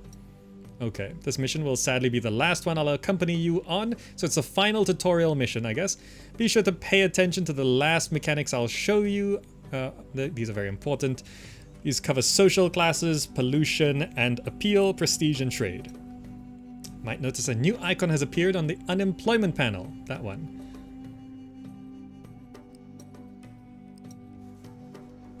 Missing workers. It's townsfolk. Oh, it's rich people, right? Each social class has its own type of house, and each slot requires workers from a specific class. You can find the required class on the slot card right next to them. Okay. Not only do people from higher social classes have different requirements for goods than people from lower classes, they also have a greater requirements regarding the environment they live in. Hence, you'll need to consider 2 new environmental attributes. These are pollution and appeal. Their current values and requirements are available on the left part of the house window. Yeah, okay. Pollution is generated by industrial buildings, while appeal is generated by decoration buildings. Prestige is another important mechanic. Open this advisor tab. Helps you build relations with other cities and also helps you maintain them. Prestige is determined by several factors, the number of inhabitants in your city and the level of houses in which they live. Right, so it's prosperity plus population. Completed monuments, so the monument rating as well, and volume of trade with other cities. Okay, so it all adds together to prestige. A detailed overview of your current prestige is available in the advisors under the prestige tab. And the last mechanic is trade. First, it's a way to make money. You need to expand the city. It's the only way to obtain resources that don't naturally occur in Mesopotamia. Cities require some goods in the form of gifts to initiate contact. It is also required to achieve a certain value of prestige to demonstrate that your city has enough to offer. You can start trading immediately after you initiate contact. Simply build a port and specify which goods you want to import or export. Okay, so it's going to be water trade, I guess. During port construction, do not forget you can rotate the building with R. Oh, okay. And that's all really. Our last meeting. Goodbye. Alright, so the water's up here. Lots of fertile land. Good. So we should just build Objectives, 3,100 population. So we pretty much reached that last time. So let me just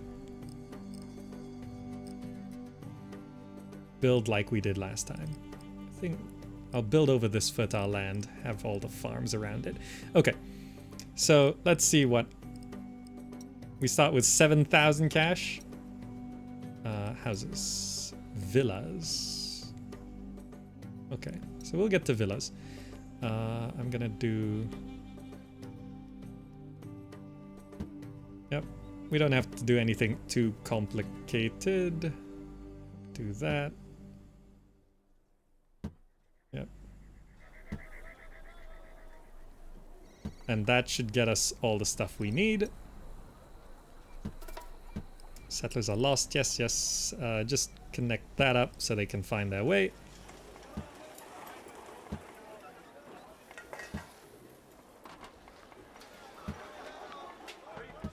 Okay, so that should be all the houses we need.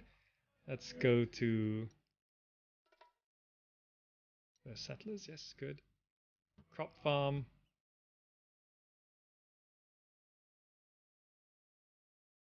Get rid of that road. Farm. Nope. Let's have these connected. Okay. Set the crop areas. Ooh, we've got other things. Date palms?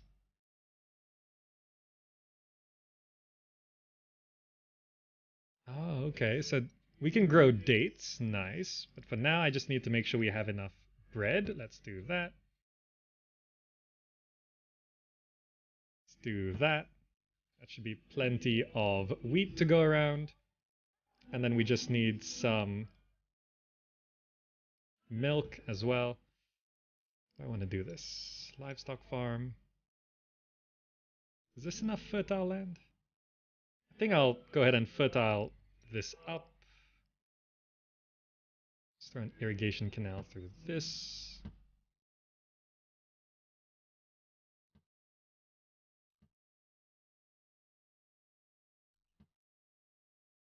Okay, and then we can go livestock, livestock.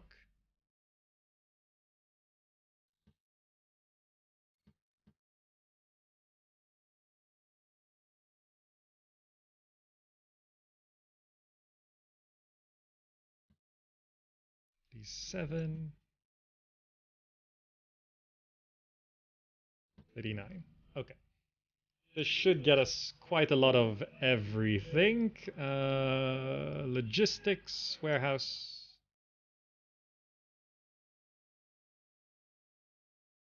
Logistics, warehouse. This is going to be all milk. And then I go logistics, warehouse. This is going to be all wheat.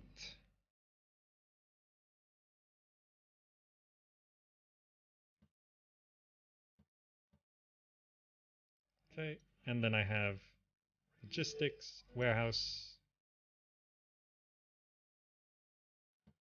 This is going to be all bread. Okay.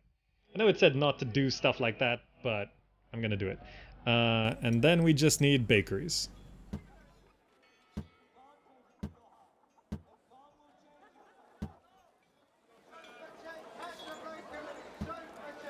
Six bakeries. Okay, let's feed our people. There's no peeps operating the water lifts. No. So we have 4 prestige right now. So much milk. Let's get the milk distributing, shall we? So we're gonna need 2 poor markets for the milk. I'm gonna have 1 milk delivery person here to cover the left side, and 1 milk delivery person here to cover the right side. Milk goes out.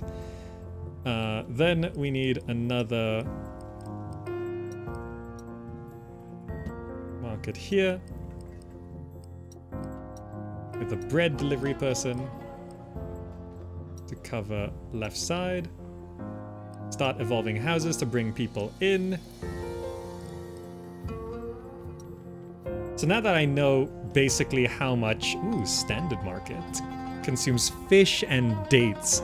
Dates are good though, right? Have you guys had like the really good dates? The medjool dates? That's so good. I could do with some of those. Okay, population's coming in. We throw down another poor market for the bread, covering that side. Okay, good. So bread and milk will go out, evolving all the houses. We can prepare them to evolve to the next level as well. Where is it? Well, planning for...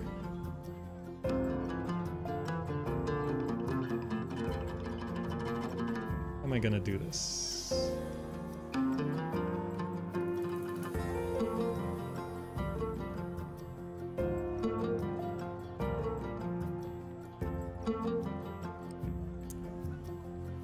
I can have a well here to cover this block.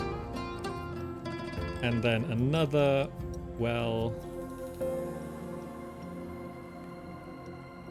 here to cover this block. Okay, so that provides them the water. Then they just need the ceramics. So how are we gonna do this? Should I just have another warehouse? Yeah, I think so. The poor market, the range is not that far, so I'm just gonna do the inefficient thing.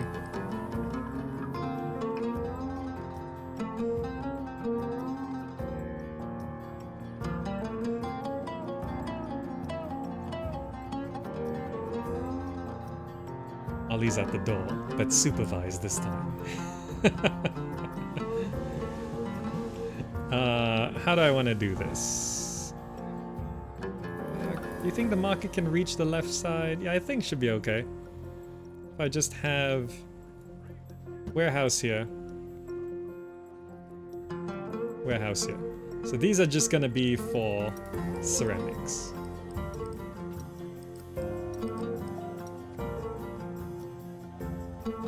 Yeah, okay. You guys want to see the cat? Yeah, he's being very noisy. Ugh. This is Ollie. He's very curious about this room, but he's not supposed to be in here because he starts messing with things. Now the other cat's at the door because she's curious. What's going on? What's going on in this room?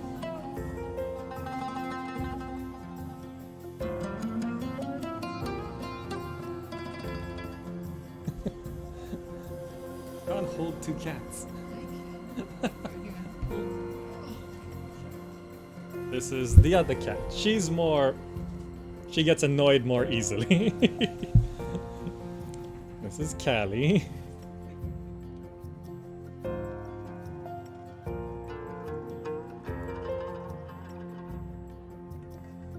See, I don't have to worry about my city falling apart. This game has nothing to threaten us. There's no threats in this game, so it's just look at the cats for a while. Okay. And those are our cats. Okay. Now they have to go out again. Let me just make sure they don't open the doors anymore.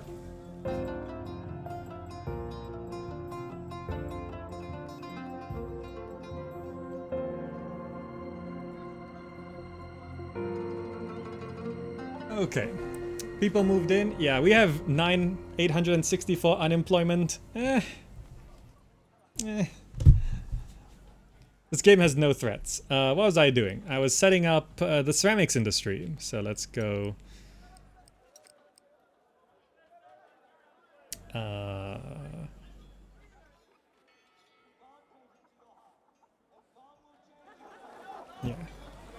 clay, clay.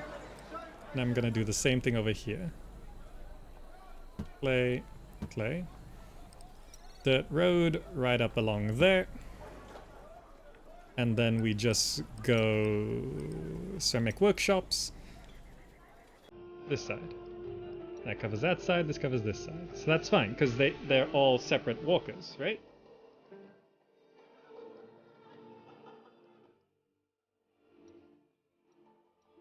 Okay, we're not producing enough here, so I should add another... I should boost my bread production. In the bakeries which have too many resources. 94. Oh, I'm supposed to add farming workers. That's right. Where did I...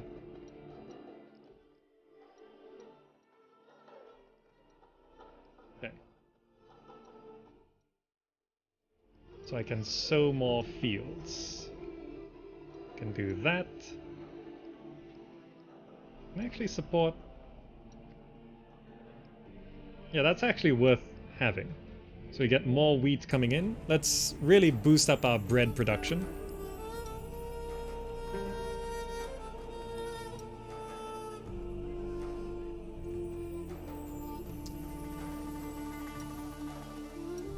Yeah, if I distribute some ceramics, we'll be able to...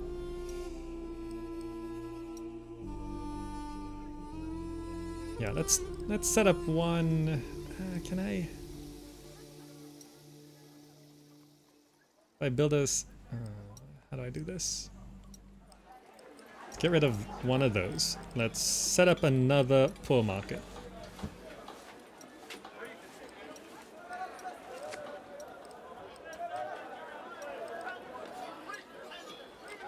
Okay, just evolve one side, bring in the population. Because we go from 62 to 94 per house. Because we need the people.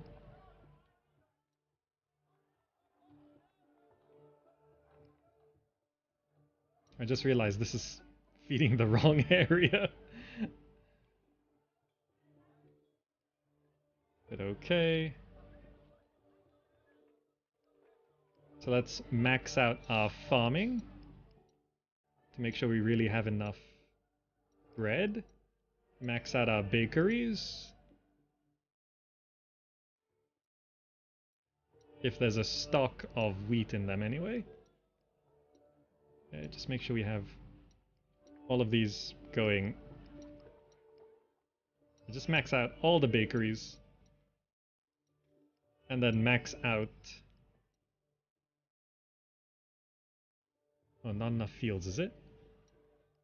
It's fine. Okay, I think there's enough milk. That actually looks okay. Pottery went out, so now I can just have another poor market. Just have it a little bit like that. This should be fine, right? Can you reach to cover this side? Like that. Okay. That works out. And then we make sure we unmothball that. There's plenty of clay, just not enough ceramics. A bunch more people moving in. We should boost up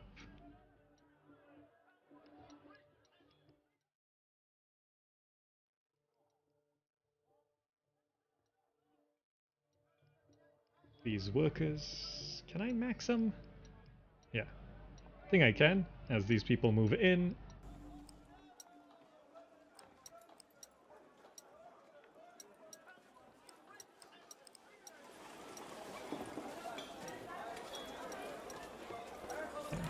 You know, let's max the clay pits as well.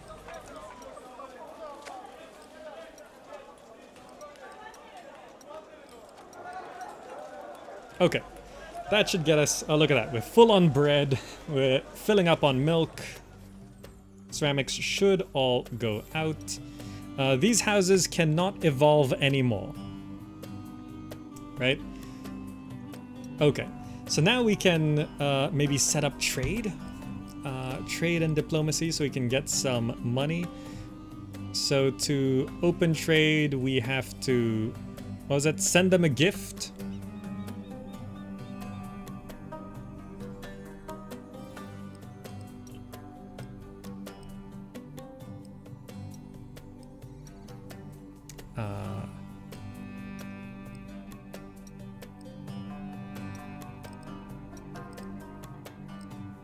What are these? Bricks. Export wheat. Wait, so what are the things we can sell?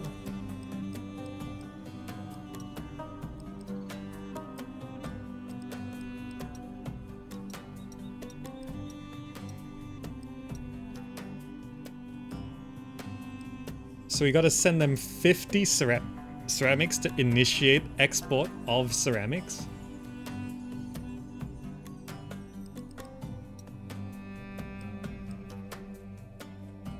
This requires 100 prestige to open trade.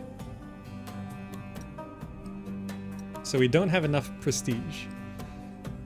We could sell these guys bricks if I send them 30 bricks. So I think I go for the ceramics. So I just need to set up a trade area. I guess over here is fine. Where I will be manufacturing ceramics just for export. So let's go industry. No. Industry clay mine. How do I do this?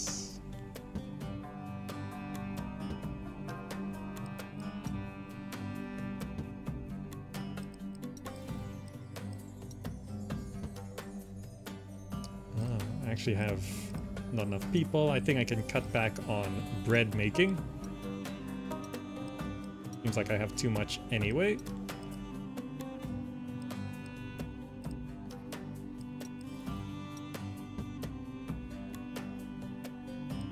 Okay, then we need storage.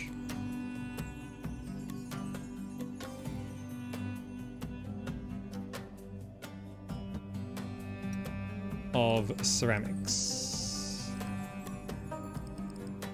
So we need 50 to initiate trade. If I stockpile some over here, it should work out. I don't know why we're not stocking up any on this side. But this should be okay. We're a little short on workers. Can probably continue to lighten the load on some of this bread.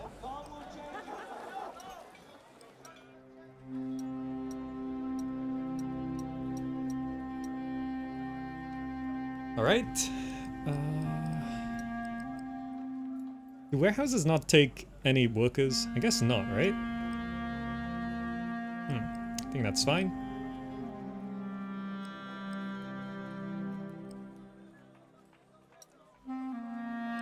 I guess we don't need so many transporters when we're so close to things. Right? That frees up some workers.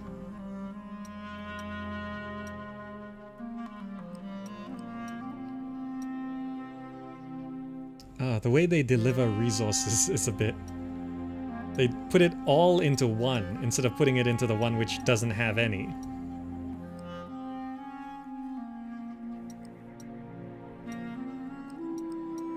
Oh well, do that. Can I plaza it up? No, there's only stone roads. You can stone it up. We can stone it up. 5 missions seems to be about half the campaign. The campaign is 15 missions.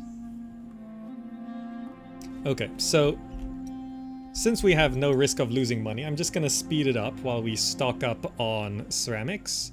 Seems like things are all going along quite nicely. Everything seems super stable. Bread supply is not going down at all.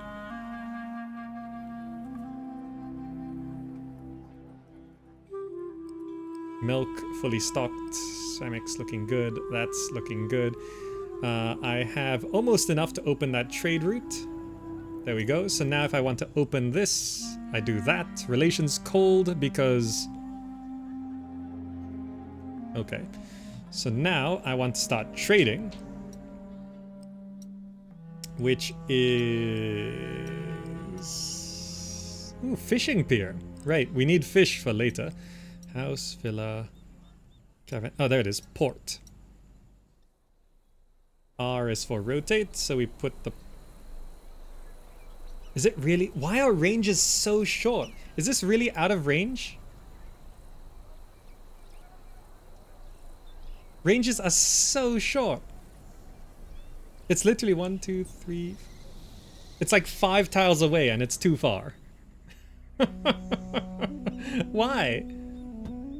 Why is it so short? So we want to be...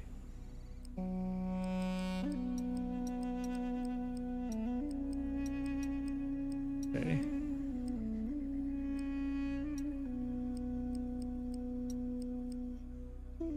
Open trading settings. Is this... I don't know what this means. Like, is this how many we stock? Is this how many we want to sell? Is that the max number there? Price... No, that's price per unit. Like, it's a separate area. Just... Does this sell when over? Oh, that's full.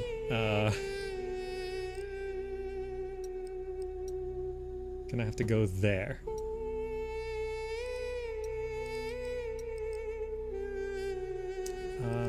We get to use this destroy clay button. Good. So how do we sell? Is it in there? Oh, okay, so it just has access to any of the storage around.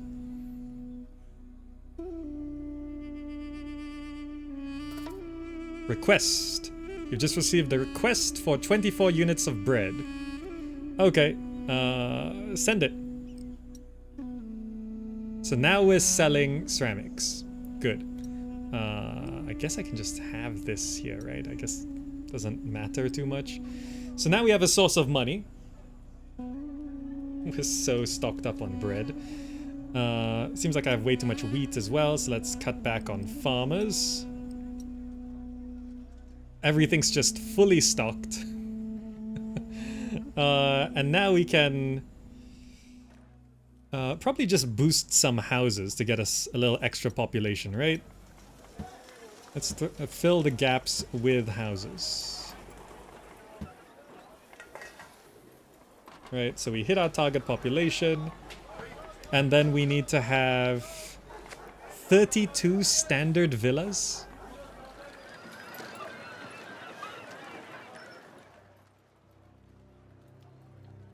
Well, that's worded a bit weirdly. Number of missing workers. No, it's number of surplus workers.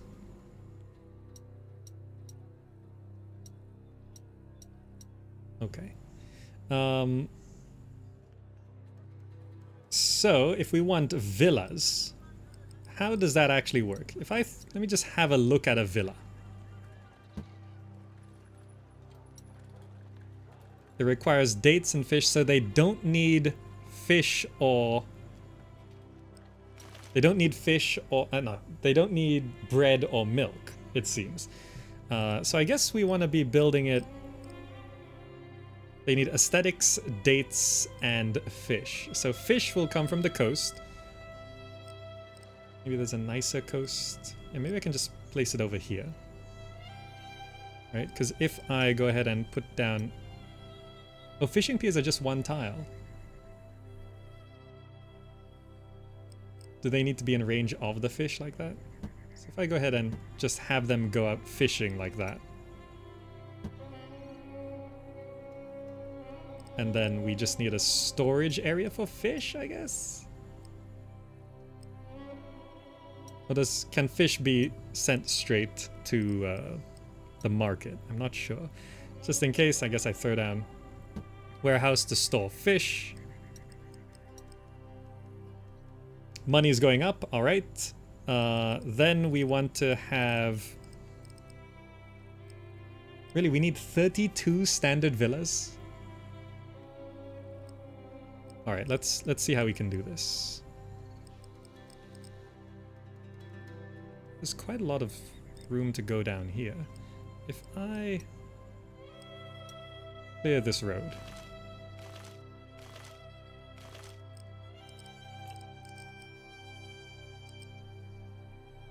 So that's a lot of fish. House, villas. I see. Oh, I see.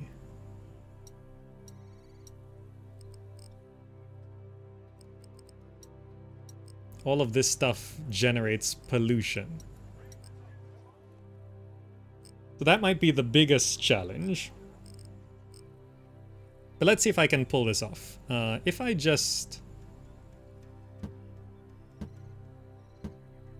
Let's try just start with 4 and see what happens.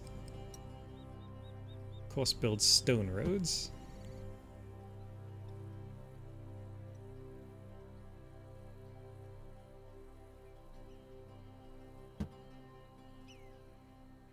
So they need dates and fish to even just build, and 6 aesthetics. Where is that? Services. Grass, small gardens.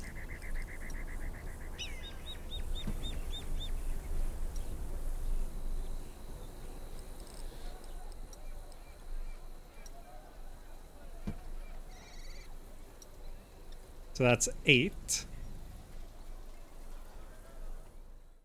I assume they don't move in until they even have the things they need. So if I go ahead and throw down services, a standard market?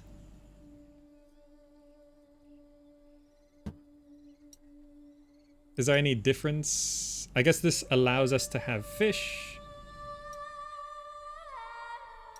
So that provides them with fish, and then they just need dates. 25 units of bread, sure, have at it. We have so much bread. And then I need to farm dates.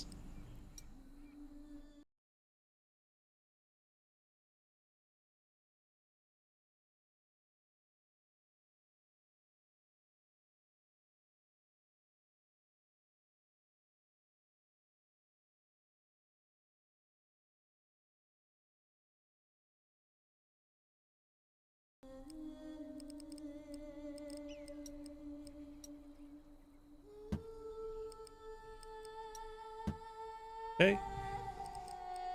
Throw down a crop farm right here.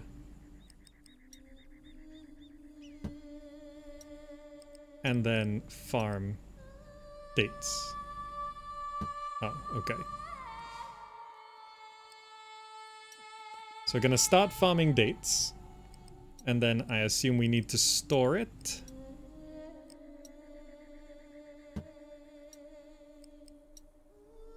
Holding dates, destroy all the fish. Okay, we let the dates come in, and then we have a date seller to cover that road. Settlers are lost. Oh, okay. Oh, right, because this is not connected to anything. Just connect this up. There we go.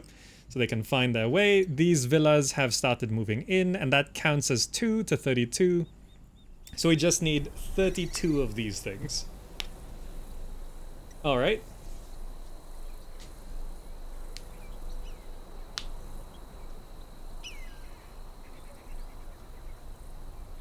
I'm gonna need to farm way more dates than this.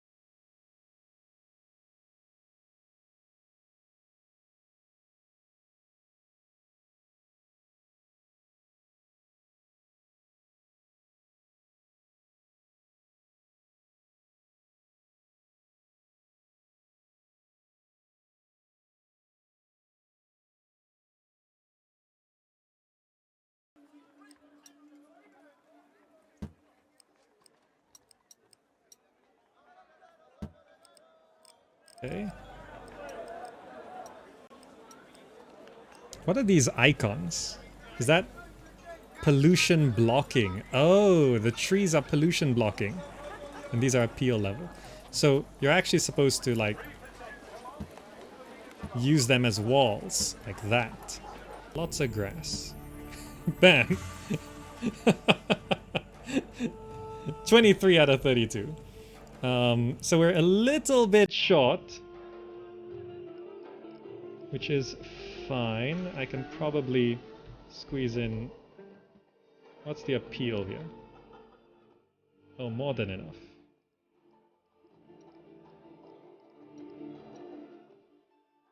If I do this, will it be enough? Yep, appeal's fine. So that's another 4. So it's just about squeezing in the houses we can. So we're just short by 5. Surely I can squeeze 5 in here somewhere. Oh, I see. Now we're a little low on resources.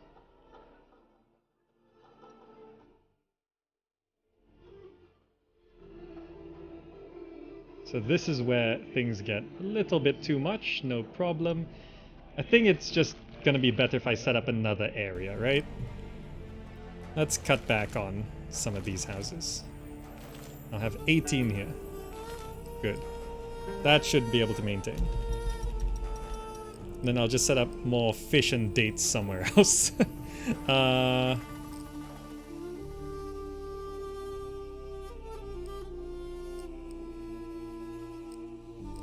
do I do this?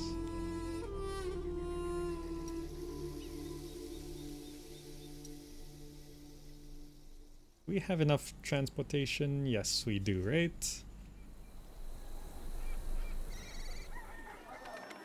Just need to find the stable point of how many we can support here.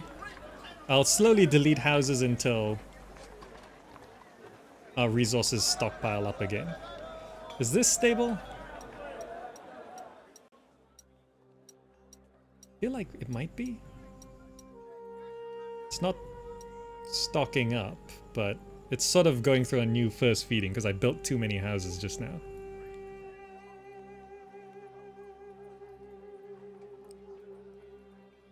Basically, I just have to watch the market and see if the numbers go up.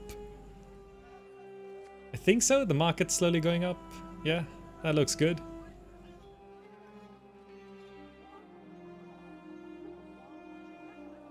Yeah, okay. So that should be enough for there. Let's set up another... how do I do this?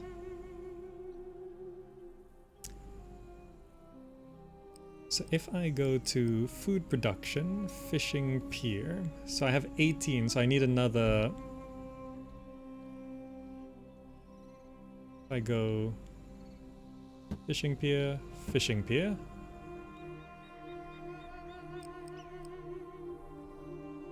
Oh, I see. We're gonna run out of population.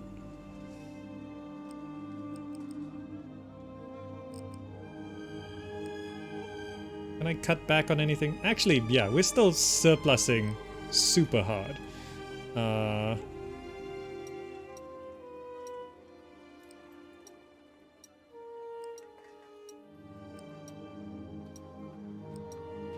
Cut back on all of this. Good. Cut back on all of this.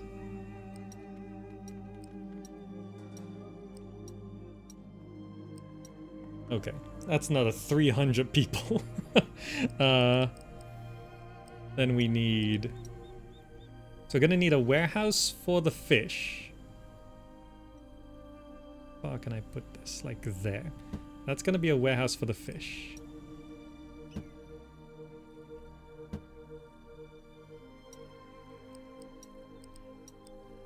And then we need to get some irrigation down this way.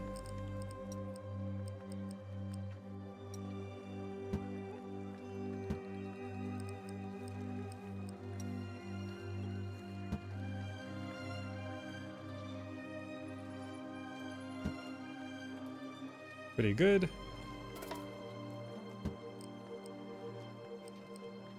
25 fish. Okay, hold on. Wait, they can wait for a while. How do I submit that? I have enough fish now. Trade and diplomacy. Hold on. Where's the request? How do I fulfill a request now that I've closed it? Because I have enough fish. It should be under trade and diplomacy, right?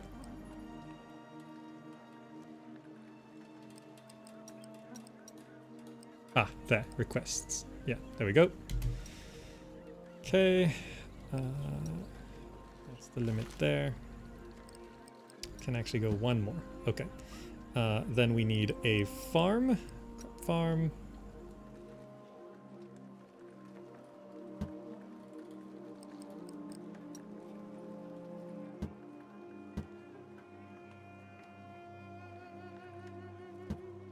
And we just need... Whoa.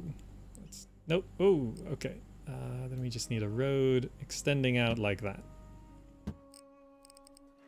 Good. And then you are going to be growing dates.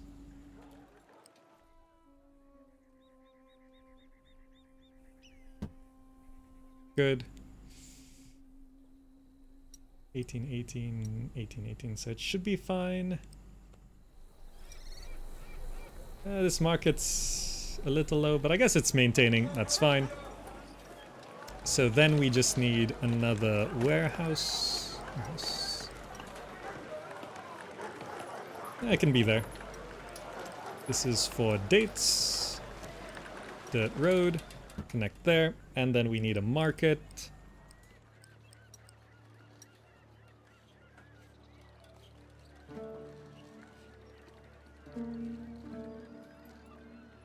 Just about in range. Perfect. And we need a date and fish. We need how many more of these?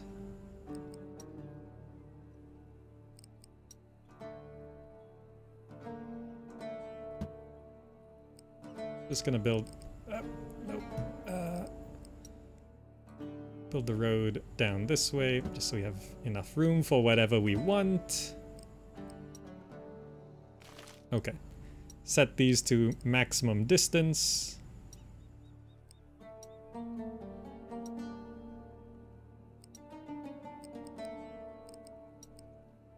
Set up our rows of grass. 1, 2, 3. 1, 2, 3.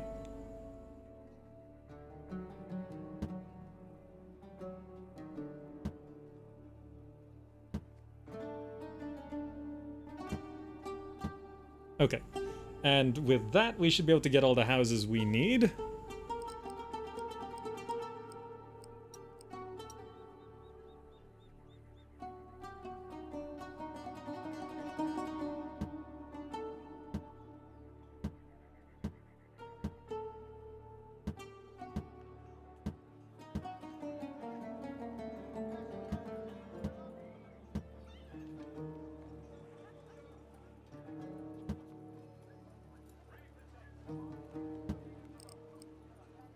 Is that correct?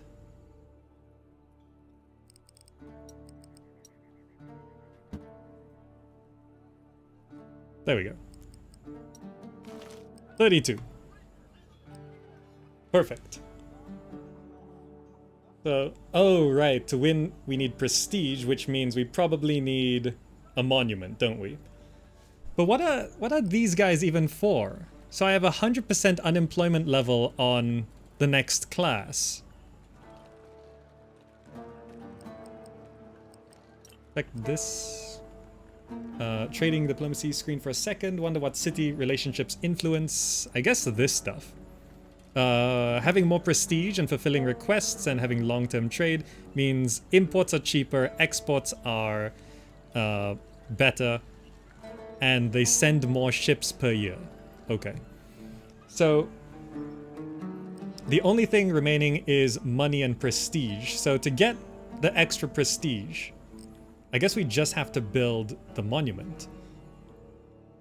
Right? Are all of our resources still doing fine? Yes. So let's see. What can I cut back on? I can probably cut back on fish a little bit here. I can probably cut back on...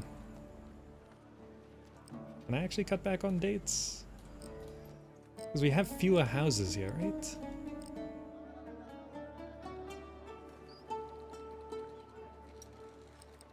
I think I can cut back on dates. I can cut back a little bit on ceramics here. 20 bricks, huh? I can cut back a bit on ceramics here to give me more population. Yes. Is bread still maxed out? Can probably cut back a little bit on wheat. Because now I just have to manufacture tons of bricks. Are these two different types of temples? One has a hand, one has gears. I think it's two different... Well, this one looks a little bit different. So let's just pop this here. Gonna need...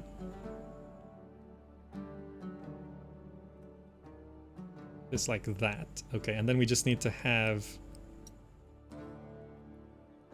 a store of... Oh, that is the bottom of the map. Then we just need to have brickworks.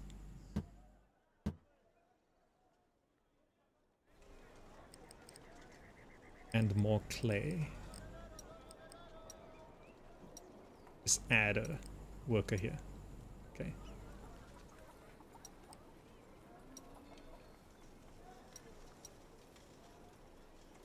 Should be good. Just in case, I'll add a worker here as well. Okay, so all of this clay should be going into the brickworks. Okay. So this is a this is a template. Oh, I see. I see. This is a template for the monument instead of this. The hand means customization. The gear means automated. Okay, so this is a template monument. So as soon as it gets the desired parts, let's see what happens. Does it auto build? It says it needs a total of 744. Okay, so not building symmetrically. Oh, look at that. That's actually cool. Did you see how that animated in? So this is a ready-made monument. Okay, pre-made. Good, good, good. That's actually really good. I'd like that to be able to have the ability to design a temple and then upload it so people could download various templates. That would actually be pretty cool. So now we just need to wait for the bricks to come in, right? So I can add more.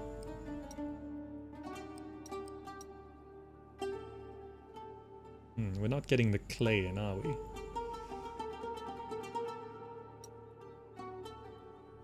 Can we get more workers from something? I mean, we still are overproducing. We're not super overproducing milk, so I'm not gonna do that so much. I cut back on... I can probably just mothball the whole fish thing. And then we can...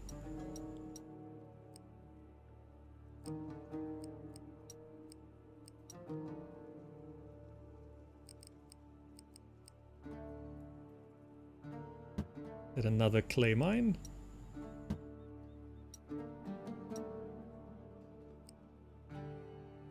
Okay.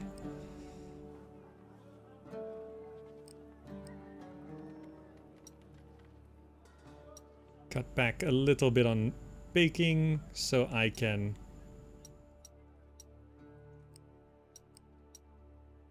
get the bricks coming in faster. Okay, so this thing just needs 700 bricks, and I assume, like, if I just speed things along. Oh, we do run out of dates here. We are gonna have to farm there, so we're a little bit short, so I guess we just cut back on ceramics a little bit. Good. This seems to be just teeteringly maintaining. It's somehow perfectly balanced, as all things should be. Over here, we've got enough fish. Dates going back up. We're still exporting ceramics. Money is going back up. We have 32. Yeah, send the bread. Was there another request? Oh, for 20 bricks. Let's just miss this. That's fine. Oh, we're still not getting enough clay. What can I do? Take a worker off there, put a worker into here. That should keep things going.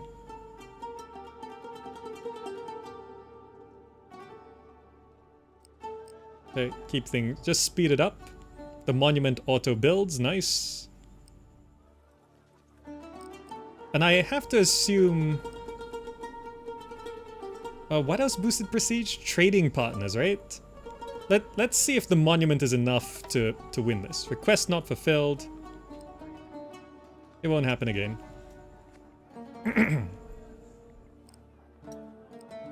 So we can see the number of bricks we need. So at this point, right? Like, nothing can go wrong, as far as I can tell. Our supply of wheat is slowly going down. Is it? Or is it actually fine?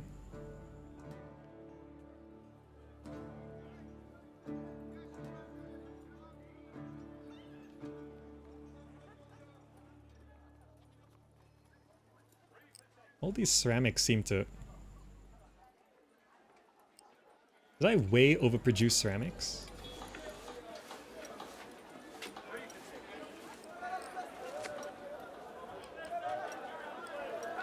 Let's just make sure we don't run out of wheat. A little bit of a tweak. So we've almost got our target money. Send the bread. A warehouse. That's going to be holding bricks.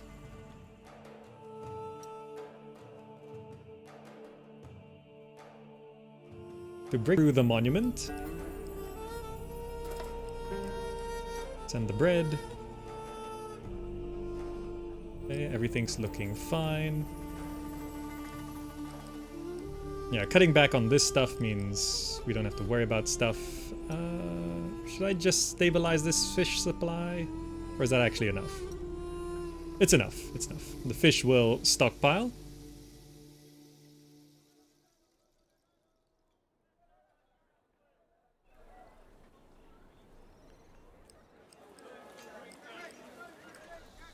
But yeah, this is where what I expected would happen happens. We just have one goal to get to, and nothing can go wrong. I have perfectly balanced the city. There's no invasions. There's the occasional request, but it's not like they're gonna attack you if you don't fulfill them. Like if your favor rating gets too low. Like, nothing can go wrong at this point. I'm just holding the E key down to speed up the game, because max speed is ×3. If you hold E, it ×4, whatever it is right now. So like if you go down to ×1, hold E, it goes up to ×4.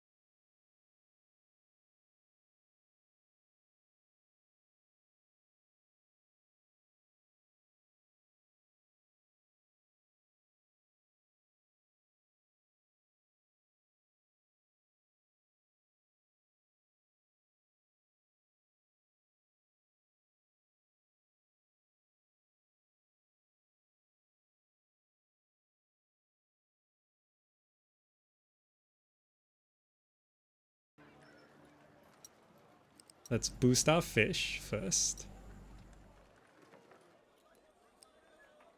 Make sure we have plenty of fish. And then I need 8 houses, 8 villas. Can I fit 8? I think I can. 1, 2, 3, 4, 5, 6, 7.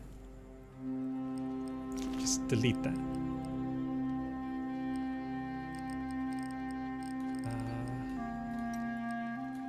Instead, boost that up.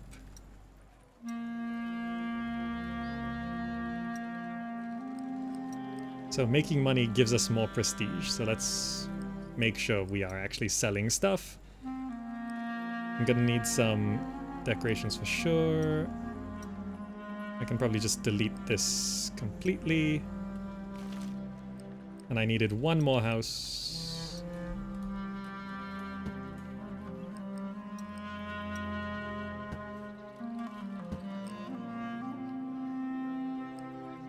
Okay. So now if I check prestige, new trade opportunity, envoy from Nippur.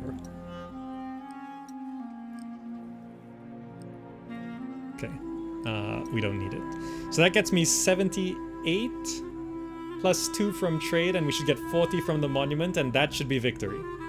So we have 80 now, and the monument, which is almost done, should get us 40. I think. Maybe. Hopefully. We just need 28 more bricks. Now, this monument looks a lot better designed than what I did. And you guys will be happy, it is symmetrical. You guys like that symmetry? It was done by the developers. It wasn't me. We have 81 prestige. Is it because I boosted my trade a little bit? No, it's just weirdly counting. I think it's not... It's rounding up from not whole numbers, but okay. I assume the monument will give us 40. We just need another 8? 1 more brick and we should actually win. Victory! We just immediately win. We get the 40 prestige and we did it. Okay, just to have a quick look. This is the first prestige 205. Okay, population 3,800. Spacious villas 32. So I think the villas here can actually evolve. And a temple. So just to have a quick look. This is supposedly mission 6, I think it is. Which is no longer... I don't think there's any new mechanics because the tutorial is now over, right? I think maybe it just allows us to evolve villas, which is probably how we get to the prestige that we need. Let's just have a quick look here. I just want to put down a villa and see if it actually shows the tiers.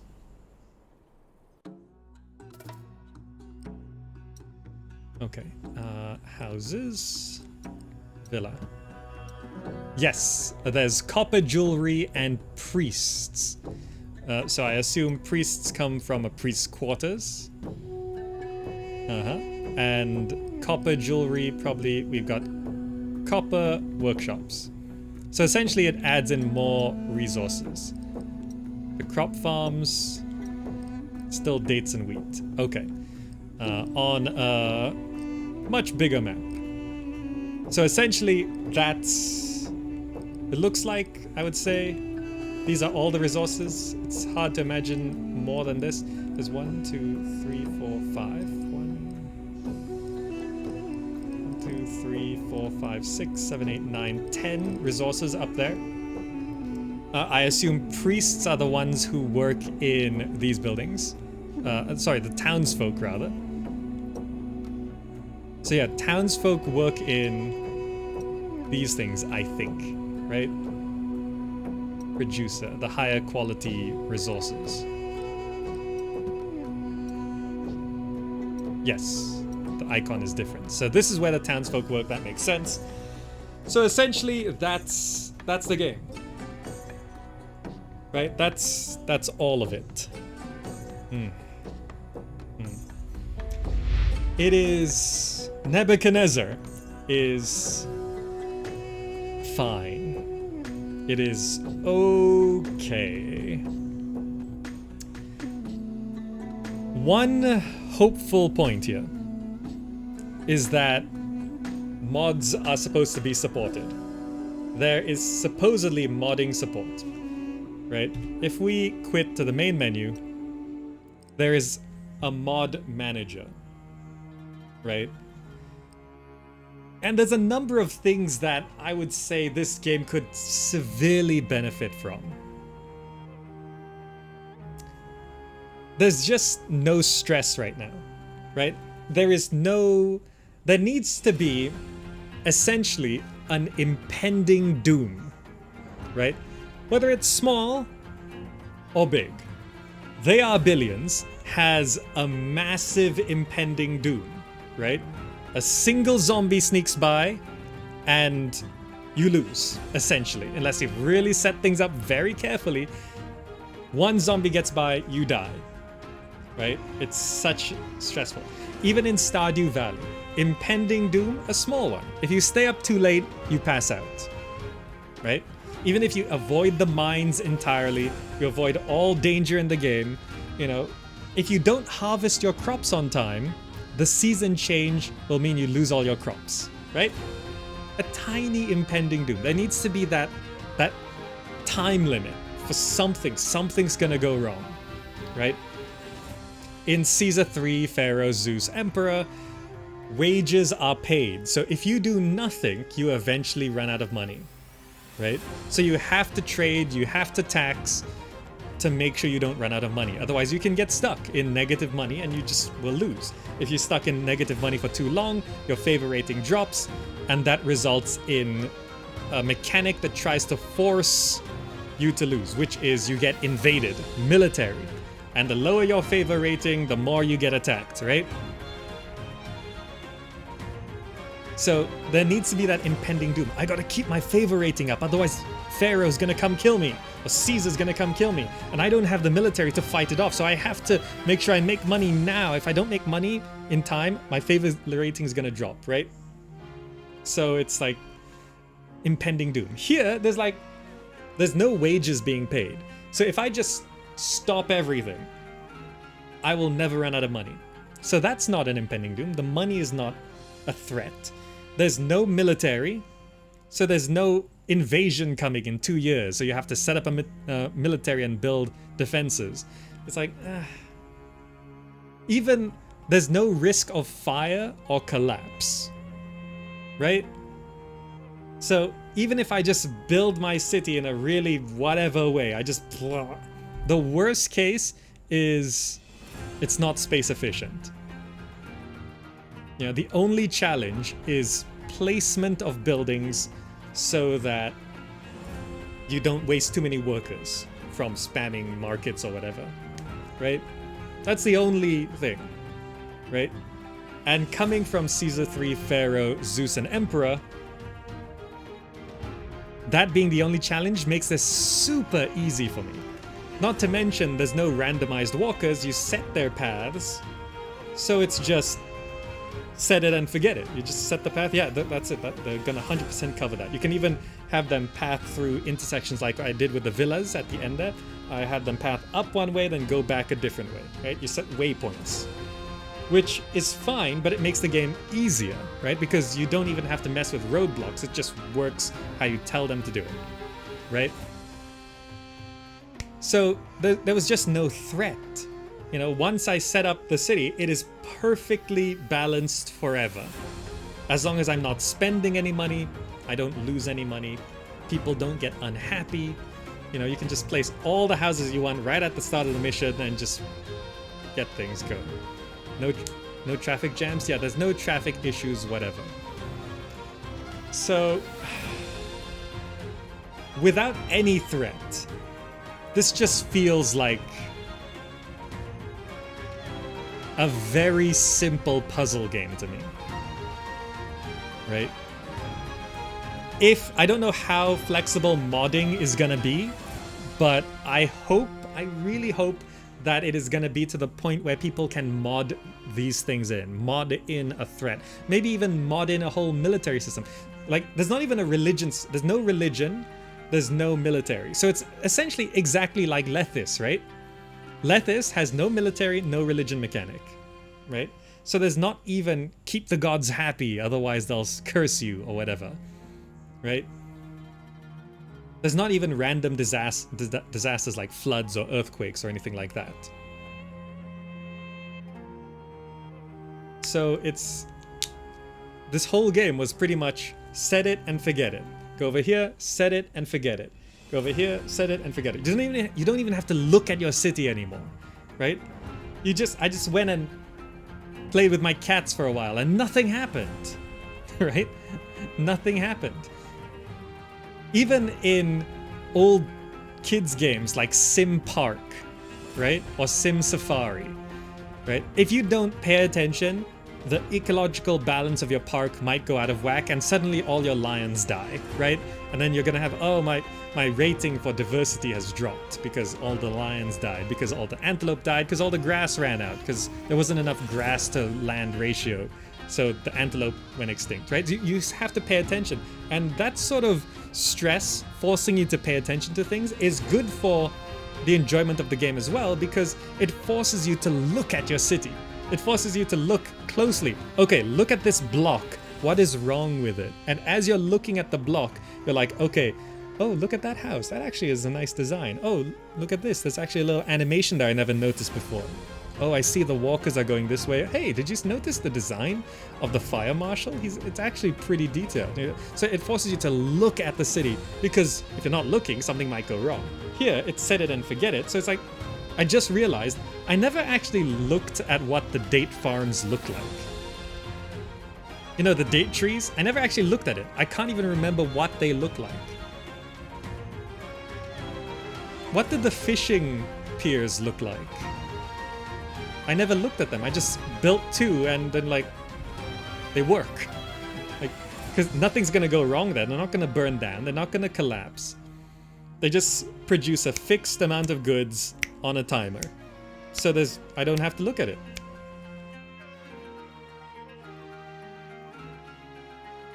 So, on the one hand, this game is missing the stress, because it doesn't feel like I'm important enough. It feels like anyone could do this. I don't have any chance to show off my skills, right? Maybe I could be a little bit creative with the monument and be like, oh, look how cool this monument I built looks like, right? Maybe I can show it off there a little bit, but because obviously the monument I built was worse looking than the pre-made one, but there's only so many options there. Like, not enough of this stuff is my fault. You know, the successes and the failures, it's like almost nothing to do with me, basically. So the stress is missing. On the other side is charm and personality, right? There's no voice acting, there's no city sounds, there's no, like, even because there's no gods, the gods don't even have portraits. So for example, in Zeus and Emperor, you get to see the gods, right? They have voice lines, they walk around your city, they do things, right? In Caesar and Pharaoh, they at least have a portrait, and they're associated in your mind with the blessings and curses, right? So it's like, oh, Ra is gonna boost my trade. Come on, Ra! You know, or even just the characters and the walkers, right? You can click on the walkers, they have unique voices, you know, my supplies sold like hotcakes. I'm going back to the bazaar for more. And it's like, yeah, you go, market lady. You go, bazaar lady. To the marsh we march for the reeds we need. Right? You start to feel connected to the people in your city. Right? So here, it's not just that there are no voice lines. It's like the people on the screen are literally icons. They don't have voice lines, they don't have written lines, they don't, like, they're nothings, they're not people. They're not people in your city. So, if anything, this feels like building like a model town, maybe. So I don't feel connected to any human element in the game either. You know, even Lethis had, like, you could click on the people, right, in Lethis, and they had written lines. So this game, just as an attempt to live up to the Impressions classics, right? Because you can't make a game like this without looking at Caesar 3, Pharaoh, Zeus, Emperor, right? These 4 games already exist, and they have substantial content. Substantial. It's what? 50-something missions in Pharaoh? It's like 40-something missions in Emperor? There's how many missions in Zeus? I don't even know. And at least 20 missions, or 22 missions in Caesar 3. You can play those 4 games for years. It took me 7 years to finish Pharaoh and Cleopatra, right? So with so much content that already exists in Caesar 3, Pharaoh, Zeus, and Emperor, a lot of new players don't need to play these new games like Lethis and Nebuchadnezzar, because it's not like they're not the best around, so they're not the go-to, right? You can go back and, like, lots of people still play Pharaoh today. It has a few hundred concurrent players on Steam, not counting GOG players or people who pirated it or people who just have old CDs, right? On Steam, there's a few hundred people playing Pharaoh concurrently at all times, right? People still play it, right? People are still making custom maps for it, and Caesar 3. Less so for Zeus and Emperor, but Caesar 3 and Pharaoh still going strong. So, if you're gonna make a game like this, you have to have a reason for players to come play Nebuchadnezzar instead of those. Otherwise it ends up like Lethis, right? Lethis does not have a lot of concurrent players. Quite often, not many people, if any, are playing Lethis at a time. Because why play Lethis when you can just play Pharaoh? Right?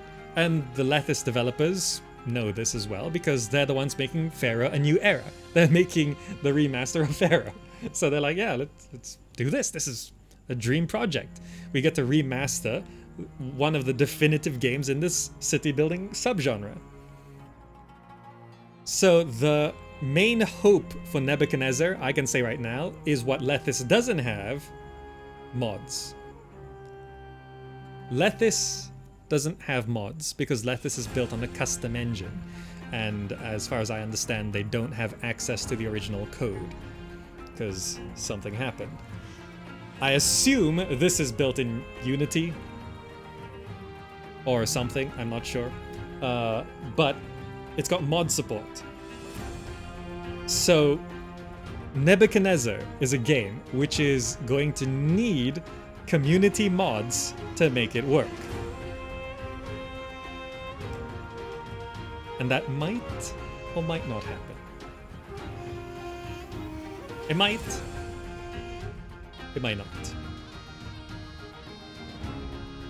Because it's just lacking in stress and it's lacking in personality compared to the old Impressions titles.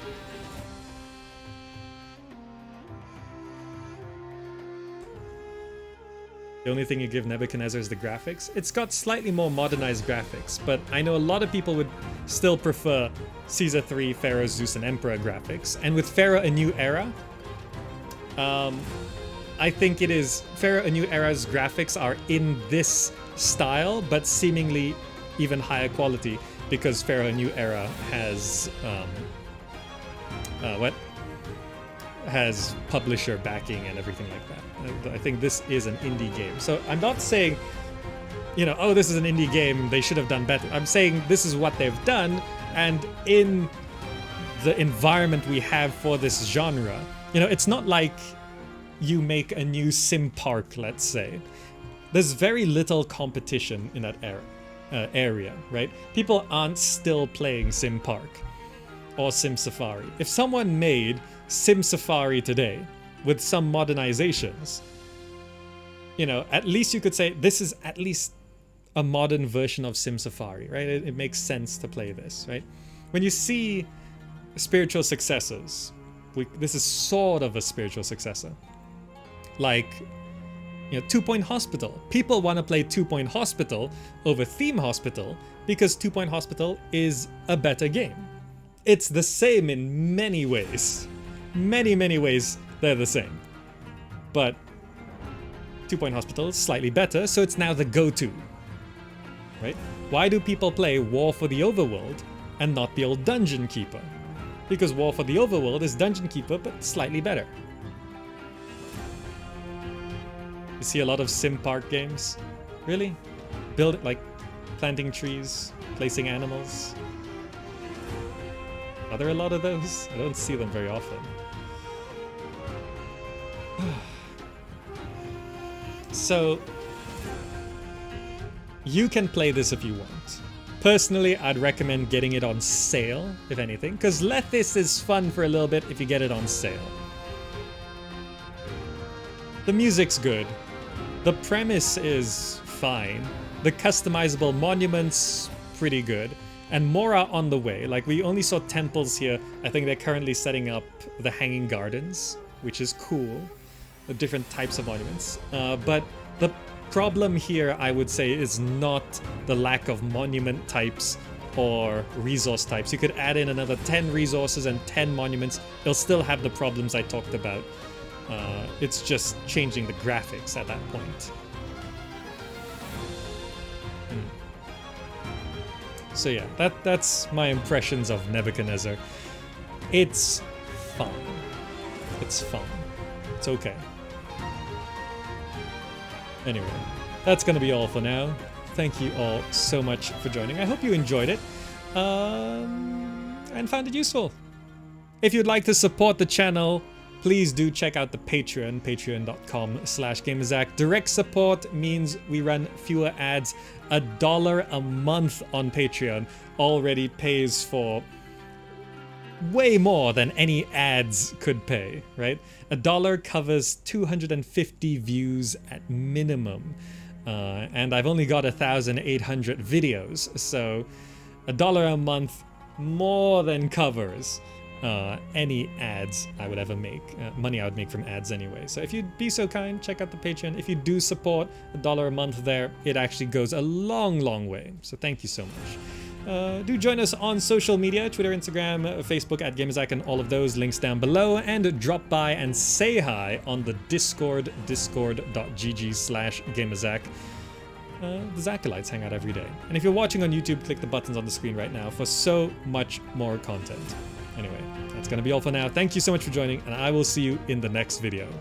Bye guys. Bye!